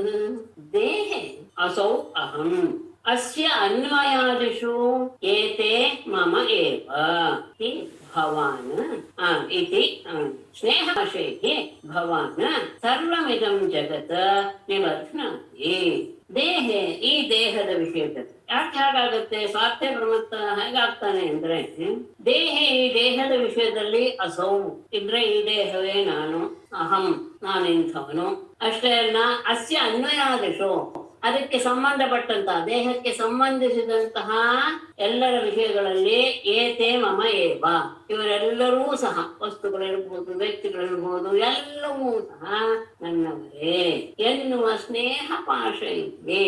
ಸ್ನೇಹದ ಪಾಶಗಳಿಂದ ಭಗವಾನ್ ನೀನು ಸರ್ವವಿಧಂ ಜಗತ್ತು, ಈ ಎಲ್ಲ ಜಗತ್ತನ್ನು ಸಹ ನಿಬದ್ಧನಾಗಿ ಕಟ್ಟಿ ಹಾಕಿ ಬಿಟ್ಟಿದ್ದೀನ. ಅತ್ಯಂತ ಉತ್ತಮವಾದಂತಹ ಮನುಷ್ಯ ಜನ್ಮವನ್ನು ಹೊಂದಿಯೂ ಸಹ ಈ ದೇಹವನ್ನೇ ಇವನು ನಾನು ಇಂಥವನು ಅಂತ ಹೇಳ್ಕೊಳ್ಳೋದು, ಈ ದೇಹಕ್ಕೆ ಸಂಬಂಧಪಟ್ಟವಾದ ವಿಷಯಗಳಲ್ಲಿಯೇ ಇವರೆಲ್ಲರೂ ಸಹ ನನಗೆ ಸಂಬಂಧಪಟ್ಟವರು ಎನ್ನುವಂತಹ ಬುದ್ಧಿಯನ್ನ ನೀನು ಕೊಟ್ಟು ಆ ಸ್ನೇಹ ಪಾಶಗಳಿಂದ ಈ ಸಕಲ ಪ್ರಪಂಚವನ್ನು ಸಹ ಕಟ್ಟಿ ಹಾಕಿ ಬಿಟ್ಟಿದ್ದೀಯ. ಯುವಾಂ ನ ಸ್ತುತೌ ಸಾಕ್ಷಾತ್ ಪ್ರಧಾನ ಪುರುಷೇಶ್ವರೌ ಭೂಭಾರ ಕ್ಷತ್ರ ಕ್ಷಪಣಃ ಅವತೀರ್ಣೋ ತಥಾತ್ತಃ. ಯುವಾಂ ನಃ ಸುತೌ ನ ಸಾಕ್ಷಾತ್ ಪ್ರಧಾನ ಪುರುಷೇಶ್ವರೌ ಭೂಭಾರ ಕ್ಷತ್ರ ಕ್ಷಪಣೆ ಅವತೀರ್ಣೋ ತಥಾ ಅರ್ಥ. ಯುವಾಂ ನೀವಿಬ್ಬರು ನಃ ಸುತೌ ನ ನಮ್ಮಿಬ್ಬರ ಮಕ್ಕಳು ಅಲ್ಲ, ನೀವು ಸಾಕ್ಷಾತ್ ಪ್ರಧಾನ ಪುರುಷೇಶ್ವರು, ನೀವು ಸಾಕ್ಷಾತ್ ಪ್ರಕೃತಿ ಪುರುಷರಿಗೆ ಎಲ್ಲರಿಗೂ ಸಹ ನೀವು ಈಶ್ವರರಾಗಿದ್ದೀರ. ಪ್ರಕೃತಿಗೂ ಪುರುಷಕ್ಕೂ ಎಲ್ಲರಿಗೂ ಸಹ ನೀವೇ ಒಡೆಯರು. ನೀವೇ ಭೂಭಾರ ಕ್ಷತ್ರ ಕ್ಷಪಣೆ, ಭೂಮಿಗೆ ಭಾರವಾಗಿರುವಂತಹ ಕ್ಷತ್ರಿಯರನ್ನ ನಾಶ ಮಾಡುವುದಕ್ಕೋಸ್ಕರ ಅವತೀರ್ಣೋ ಅವತಾರ ಮಾಡಿದ್ದೀರಾ.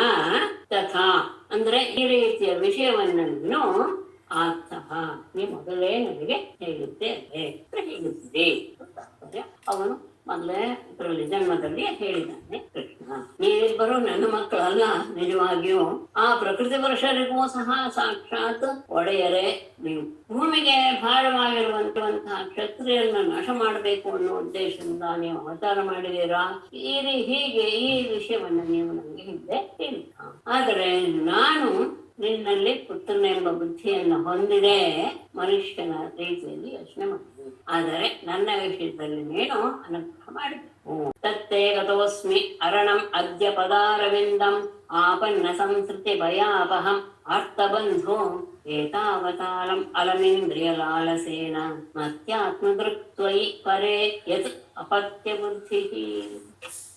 ತತ್ ಅರ್ಥಬಂಧೋ ಆಪನ್ನ ಸಂಸ್ಕೃತಿ ಭಯಾಪಹಂ ತೇ ಪದಾರವಿಂದಂ ಅದ್ಯ ಅರಣಂ ಗತಃ ಅಸ್ಮಿ ಏತಾವತಾ ಅಲಂ ಇಂದ್ರಿಯ ಲಾಲಸೇನ ಅಲಂ ಮರ್ತ್ಯಾತ್ಮದೃಕ್ ಪರೇ ತ್ವಯಿ ಯತ್ ಅಪತ್ಬುದ್ಧಿಃ.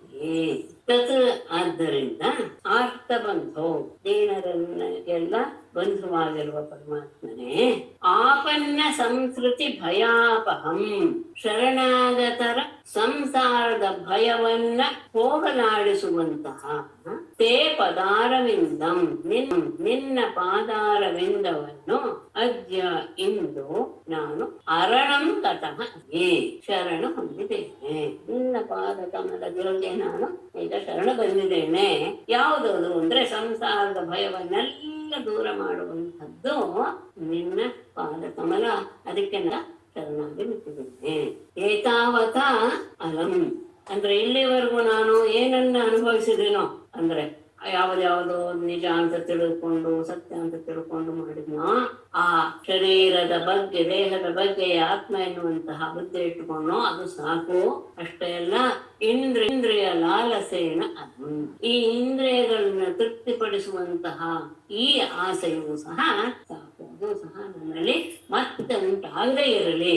ಮರ್ತ್ಯಾತ್ಮ ದೃಕ್ ಮರಣವನ್ನು ಹೊಂದುವಂತಹ ದೇಹದ ವಿಷಯದಲ್ಲಿ ಆತ್ಮ ಅಂತ ನಾನು ಭಾವಿಸಿ, ಮರ್ತ್ಯ ಆತ್ಮದೃಕ್ ಅದನ್ನೇ ಆತ್ಮ ಅಂತ ಭಾವಿಸಿ, ಪರೇತ್ವಯೇ ಪರಮಾತ್ಮನಾದ ನಿನ್ನದೇ ಯದ ಅಪತ್ಯ ಬುದ್ಧಿಗೆ ಮಗ ಎನ್ನುವಂತಹ ಭಾವನೆಯನ್ನು ನಾನು ಹೊಂದಿದ್ದೇನೆ. ಅಂದ್ರೆ ಈ ದೇಹವೇ ಆತ್ಮ ಎನ್ನುವ ಭಾವನೆ ಇಟ್ಕೊಂಡೇ ನಾನು ಅಂತಹ ಪರಬ್ರಹ್ಮನಾದಂತ ನಿನ್ನಲ್ಲಿ ಇವನು ನನ್ನ ಮಗ ಎನ್ನುವಂತಹ ಭಾವನೆ ಹೊಂದಿದೆ. ಈ ರೀತಿಯ ಬುದ್ಧಿ ನನಗೆ ಇನ್ನು ಬರೋದು ಬೇಡ. ಈ ದೇಹವೇ ಆತ್ಮ ಎನ್ನುವಂತಹ ಭಾವವೂ ಸಹ ಹೊರಟು ಹೋಗ್ಲಿ. ಇಂದ್ರಿಯವನ್ನು ತೃಪ್ತಿಪಡಿಸುವಂತಹ ಆ ಭೋಗವೂ ಸಹ ನನ್ನ ಮನಸ್ಸಿನಿಂದ ದೂರವಾಗಲಿ. ಯಾಕೆ ಅಂದ್ರೆ ಸಂಸಾರದ ಎಲ್ಲ ಭಯಗಳನ್ನು ನಾಶ ಮಾಡುವಂತಹದ್ದು ನಿನ್ನ ಪಾದಕಮಲ. ಅಂತಹ ಪಾದಕಮಲಗಳಲ್ಲಿ ನಾನು ಇವತ್ತು ಕರುಣಾಗಿ ಬಿಟ್ಟಿದ್ದೇನೆ. ಮತ್ತೆ ನೀನು ಒಂದು ಹುಟ್ಟುವಾಗಲೇ ನೀನು ಒಂದು ವಿಷಯ ಹೇಳಿದ್ದೆ. ಸೂತಿಗೃಹೇ ನನು ಜಗಾದ ಭವಾನಜೋನು ಸಂಜಜ್ಞ ಇತ್ಯನುಯುಗಂ ನಿಜ ಧರ್ಮ ಗುಪ್ತೈ ನಾನಾತನೋರ್ಗಗನವತ್ ವಿರಗತ್ ಜಹಾಸಿ ಓ ವೇದ ಭೂಮ್ನ ಉರುಗಾಯ ವಿಭೂತಿ ಮಾಯಾಂ.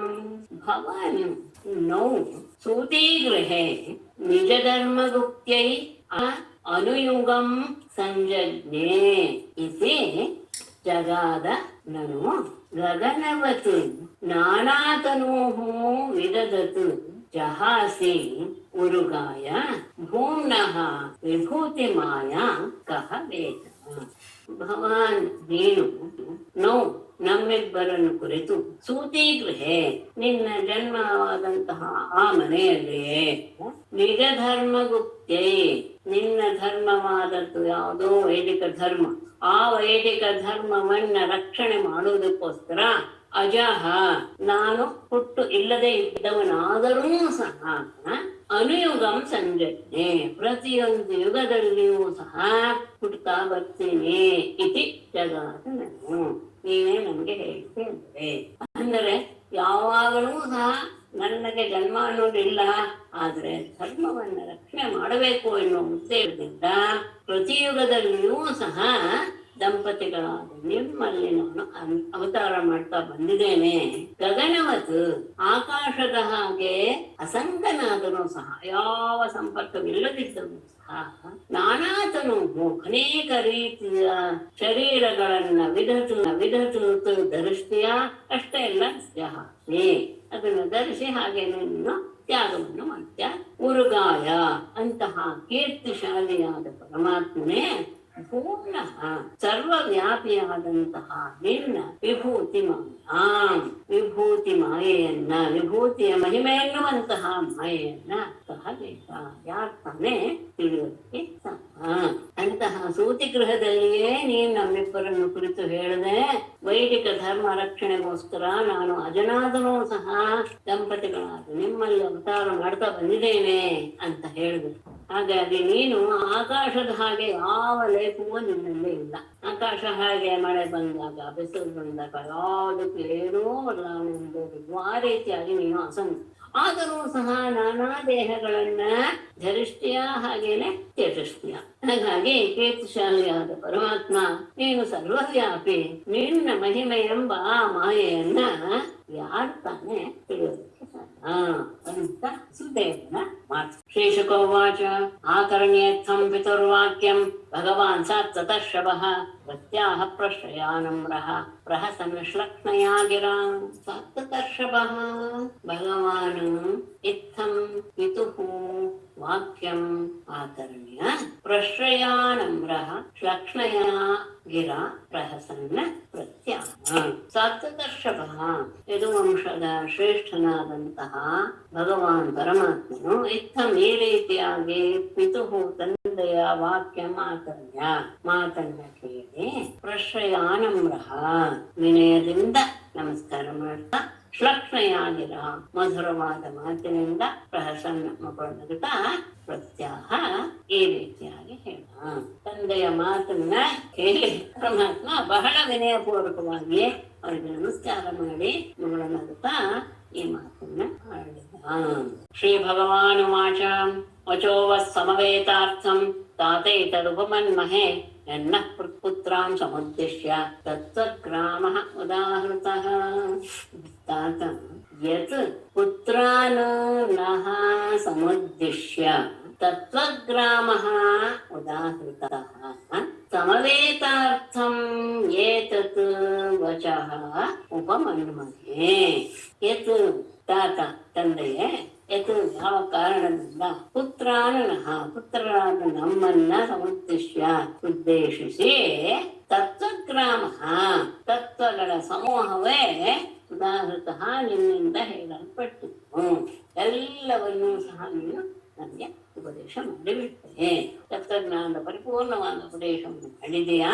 ಸಮವೇತಾರ್ಥಂ ಎಲ್ಲ ರೀತಿಯ ಅರ್ಥವನ್ನು ಒಳಗೊಂಡಿರುವಂತಹ ಏತತ್ ವಚನ, ಈ ಮಾತನ್ನ ನಾವು ಉಪಮಕ್ಕೆ ಬಹಳ ಅದ್ಭುತವಾದದ್ದು, ಅರ್ಥಪುಷ್ಟವಾದಂತಹ ಮಾತು ಅಂತ ನಾವು ಭಾವಿಸ್ತೇವೆ.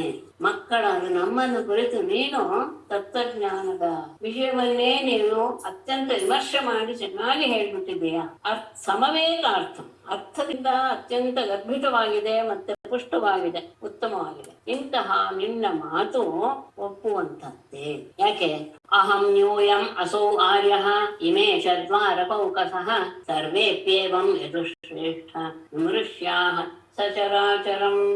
ಯದುಶ್ರೇಷ್ಠ ಅಹಂ ಯೂಯಂ ಅಸೌ ಆರ್ಯಃ ಇಮೇ ದ್ವಾರಕೌಕಸಃ ಸರ್ವೇಪಿ ಸಚರಾಚರಂ ಏವಂ ವಿಮೃಶ್ಯಾಃ. ಇದು ಶ್ರೇಷ್ಠ, ಅದು ಸಂಬೋಧನೆ. ಅಹಂ ನಾನು, ಯೂಯಂ ನೀನು, ನೀವು, ಅಸೌ ಈ ಆರ್ಯ ನನ್ನ ಅಣ್ಣನಾದಂತಹ ಬಲರಾಮ. ಅಷ್ಟೇ ಇಲ್ಲ, ಇಮೇಚ ದ್ವಾರಕೌಕಸಃ ಈ ದ್ವಾರಕೆಯ ಎಲ್ಲ ಪ್ರಜೆಗಳು ಸಹ, ಸರ್ವೇಪಿ ಎಲ್ಲರೂ ಸಹ, ಸಚರಾಚರಂ ಏವಂ ವಿಮೃಶ್ಯ ಈ ಚರಾಚರ ಜಗತ್ತು ಎಲ್ಲವೂ ಸಹ ನೀನು ಹೇಳಿದ ಹಾಗೆ ಬ್ರಹ್ಮಸ್ವರೂಪ ಅಂತಾನೆ ತಿಳಿಯಬೇಕು. ನಾನು, ನೀವು, ಈ ನನ್ನ ಅಣ್ಣ, ಅಷ್ಟೇ ಎಲ್ಲ ದ್ವಾರಕಾವಾಸಿಗಳಾದಂತಹ ಎಲ್ಲರೂ ಸಹ ಈ ಚರಾಚರಾತ್ಮಕವಾದಂತಹ ಈ ವಿಶ್ವ ಎಲ್ಲವೂ ಸಹ ಪರಬ್ರಹ್ಮ ಸ್ವರೂಪ ಅಂತಾನೆ ತಿಳ್ಕೊಳ್ಬೇಕು. ಆತ್ಮ ಹೇಕಃ ಸ್ವಯಂ ಜ್ಯೋತಿ ನಿತ್ಯೋನ್ಯೋ ನಿರ್ಗುಣೋ ಗುಣೈಃ ಆತ್ಮಸೃಷ್ಟೈಃ ತತ್ಕೃತೇಷು ಭೂತೇಷು ಬಹುಧಾ ಈಯತೆ. ಯಾಕೆಂದ್ರೆ ಈ ಮೊದಲ ತಗೊಳ್ಬಿಟ್ಟು, ಆತ್ಮ ಏಕಃ ಸ್ವಯಂ ಜ್ಯೋತಿ ನಿತ್ಯಃ ಅನ್ಯಃ ನಿರ್ಗುಣಃ ಗುಣೈಃ ಆತ್ಮಸೃಷ್ಟೇಷು ತತ್ಕೃತೇಷು ಭೂತೇಷು ಬಹುಧಾ ಈಯತೆ. ಏಕೆಂದರೆ ಆತ್ಮ ಏಕಃ, ಆತ್ಮ ಎನ್ನುವುದು ಒಂದೇ, ಅದು ಸ್ವಯಂ ಜ್ಯೋತಿ, ಸ್ವಯಂ ಪ್ರಕಾಶವಾಗುವುದು, ಅದು ಒಂದೇ ಇರುವುದು. ಅಷ್ಟೇ ಅಲ್ಲ, ನಿತ್ಯ, ಅವನು ಯಾವಾಗಲೂ ನಿತ್ಯ. ಆದರೆ ಹೇಗೆ ತೋರಿಸ್ಕೊಳ್ತಾನೆ? ಅನ್ಯ ಏಕಃ ಆದರೂ ಸಹ ಇನ್ನೊಬ್ಬನ ಹಾಗೆ ಕಾಣಿಸ್ತಾನೆ. ನಿರ್ಗುಣ ಗುಣರಹಿತನಾದರೂ ಸಹ ಗುಣೈಹಿ ಈ ಗುಣಗಳಿಂದ, ತನ್ನ ಮಾಯಾ ಗುಣಗಳಿಂದ, ಆತ್ಮ ಸೃಷ್ಟೈಹಿ ತನ್ನಿಂದಲೇ ಸೃಷ್ಟಿಯಾಗಿರುವಂತಹ ತತ್ಕೃತೇಷು ಭೂತೇಷು ಎಲ್ಲ ರೀತಿಯ ಆ ಪಂಚಭೂತಗಳ ವಿಕಾರಗಳನ್ನೇ ಬಹುಧಾ ಅನೇಕ ಪ್ರಕಾರವಾಗಿ ಈಯತೆ ಕಂಡು ಬರ್ತಾನೆ. ಯದ್ಯಪಿ ಆತ್ಮ ಒಂದು, ಅವನು ಸ್ವಯಂ ಪ್ರಕಾಶ ನಿತ್ಯ, ಆದರೂ ಬೇರೆಯವನಾಗಿ ಕಂಡು ಬರ್ತಾನೆ. ನಿರ್ಗುಣ ಅವನು, ಆದರೆ ತನ್ನ ಗುಣಗಳಿಂದಲೇ ಆತ್ಮ ತಾನೇ ಸೃಷ್ಟಿಸಿದಂತಹ ಆ ಗುಣಗಳಿಂದಲೇ ತತ್ಕೃತೇಷು ಭೂತೇಷು ಆ ಗುಣಗಳಿಂದ ನಿರ್ಮಿತವಾದಂತಹ ಪಂಚಭೂತಾದಿ ವಿಕಾರಗಳನ್ನೇ ಬಹುಧಾ ಆತ್ಮನೇ ನಾನಾ ಪ್ರಕಾರಕ್ಕೆ ಈಯತೆ ಕಂಡು ಬರ್ತನೆ. ಒಂದೇ ಹೌದು, ಆದರೆ ಅವನು ಸ್ವಯಂ ಪ್ರಕಾಶನಾದ ನಿತ್ಯನೂ ಆಗಿದ್ದಾನೆ. ಅವನು ತನ್ನ ಮಾಯೆಯಿಂದಲೇ ಗುಣವನ್ನ ಸೃಷ್ಟಿಸ್ತಾನೆ, ನಿರ್ಗುಣನಾದ್ರು. ಅದರಿಂದಲೇ ಭೂತಾದಿಗಳು, ಅದರ ವಿಕಾರಗಳು ಎಲ್ಲವನ್ನು ಸೃಷ್ಟಿ ಮಾಡಿ ನಿರ್ಗುಣನಾದರೂ ಸಗುಣನಾಗಿ ಗೋಚರಿಸ್ತಾನೆ.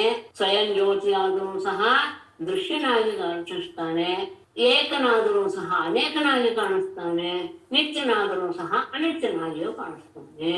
ಹೀಗೆ ಅವನ ಅಷ್ಟೇ ಅಲ್ಲ, ಖಂ ವಾಯುರ್ಜ್ಯೋತಿರಾಪೋ ಭೂ ತತ್ಕೃತೇಷು ಯಥಾಶಯಂ ಆವಿಸ್ಥಿರೋ ಅಲ್ಪಭೂಯೇಕಃ ನಾನಾತ್ವಂ ಯಾತಿ ಅಸೋ ಅಪಿ.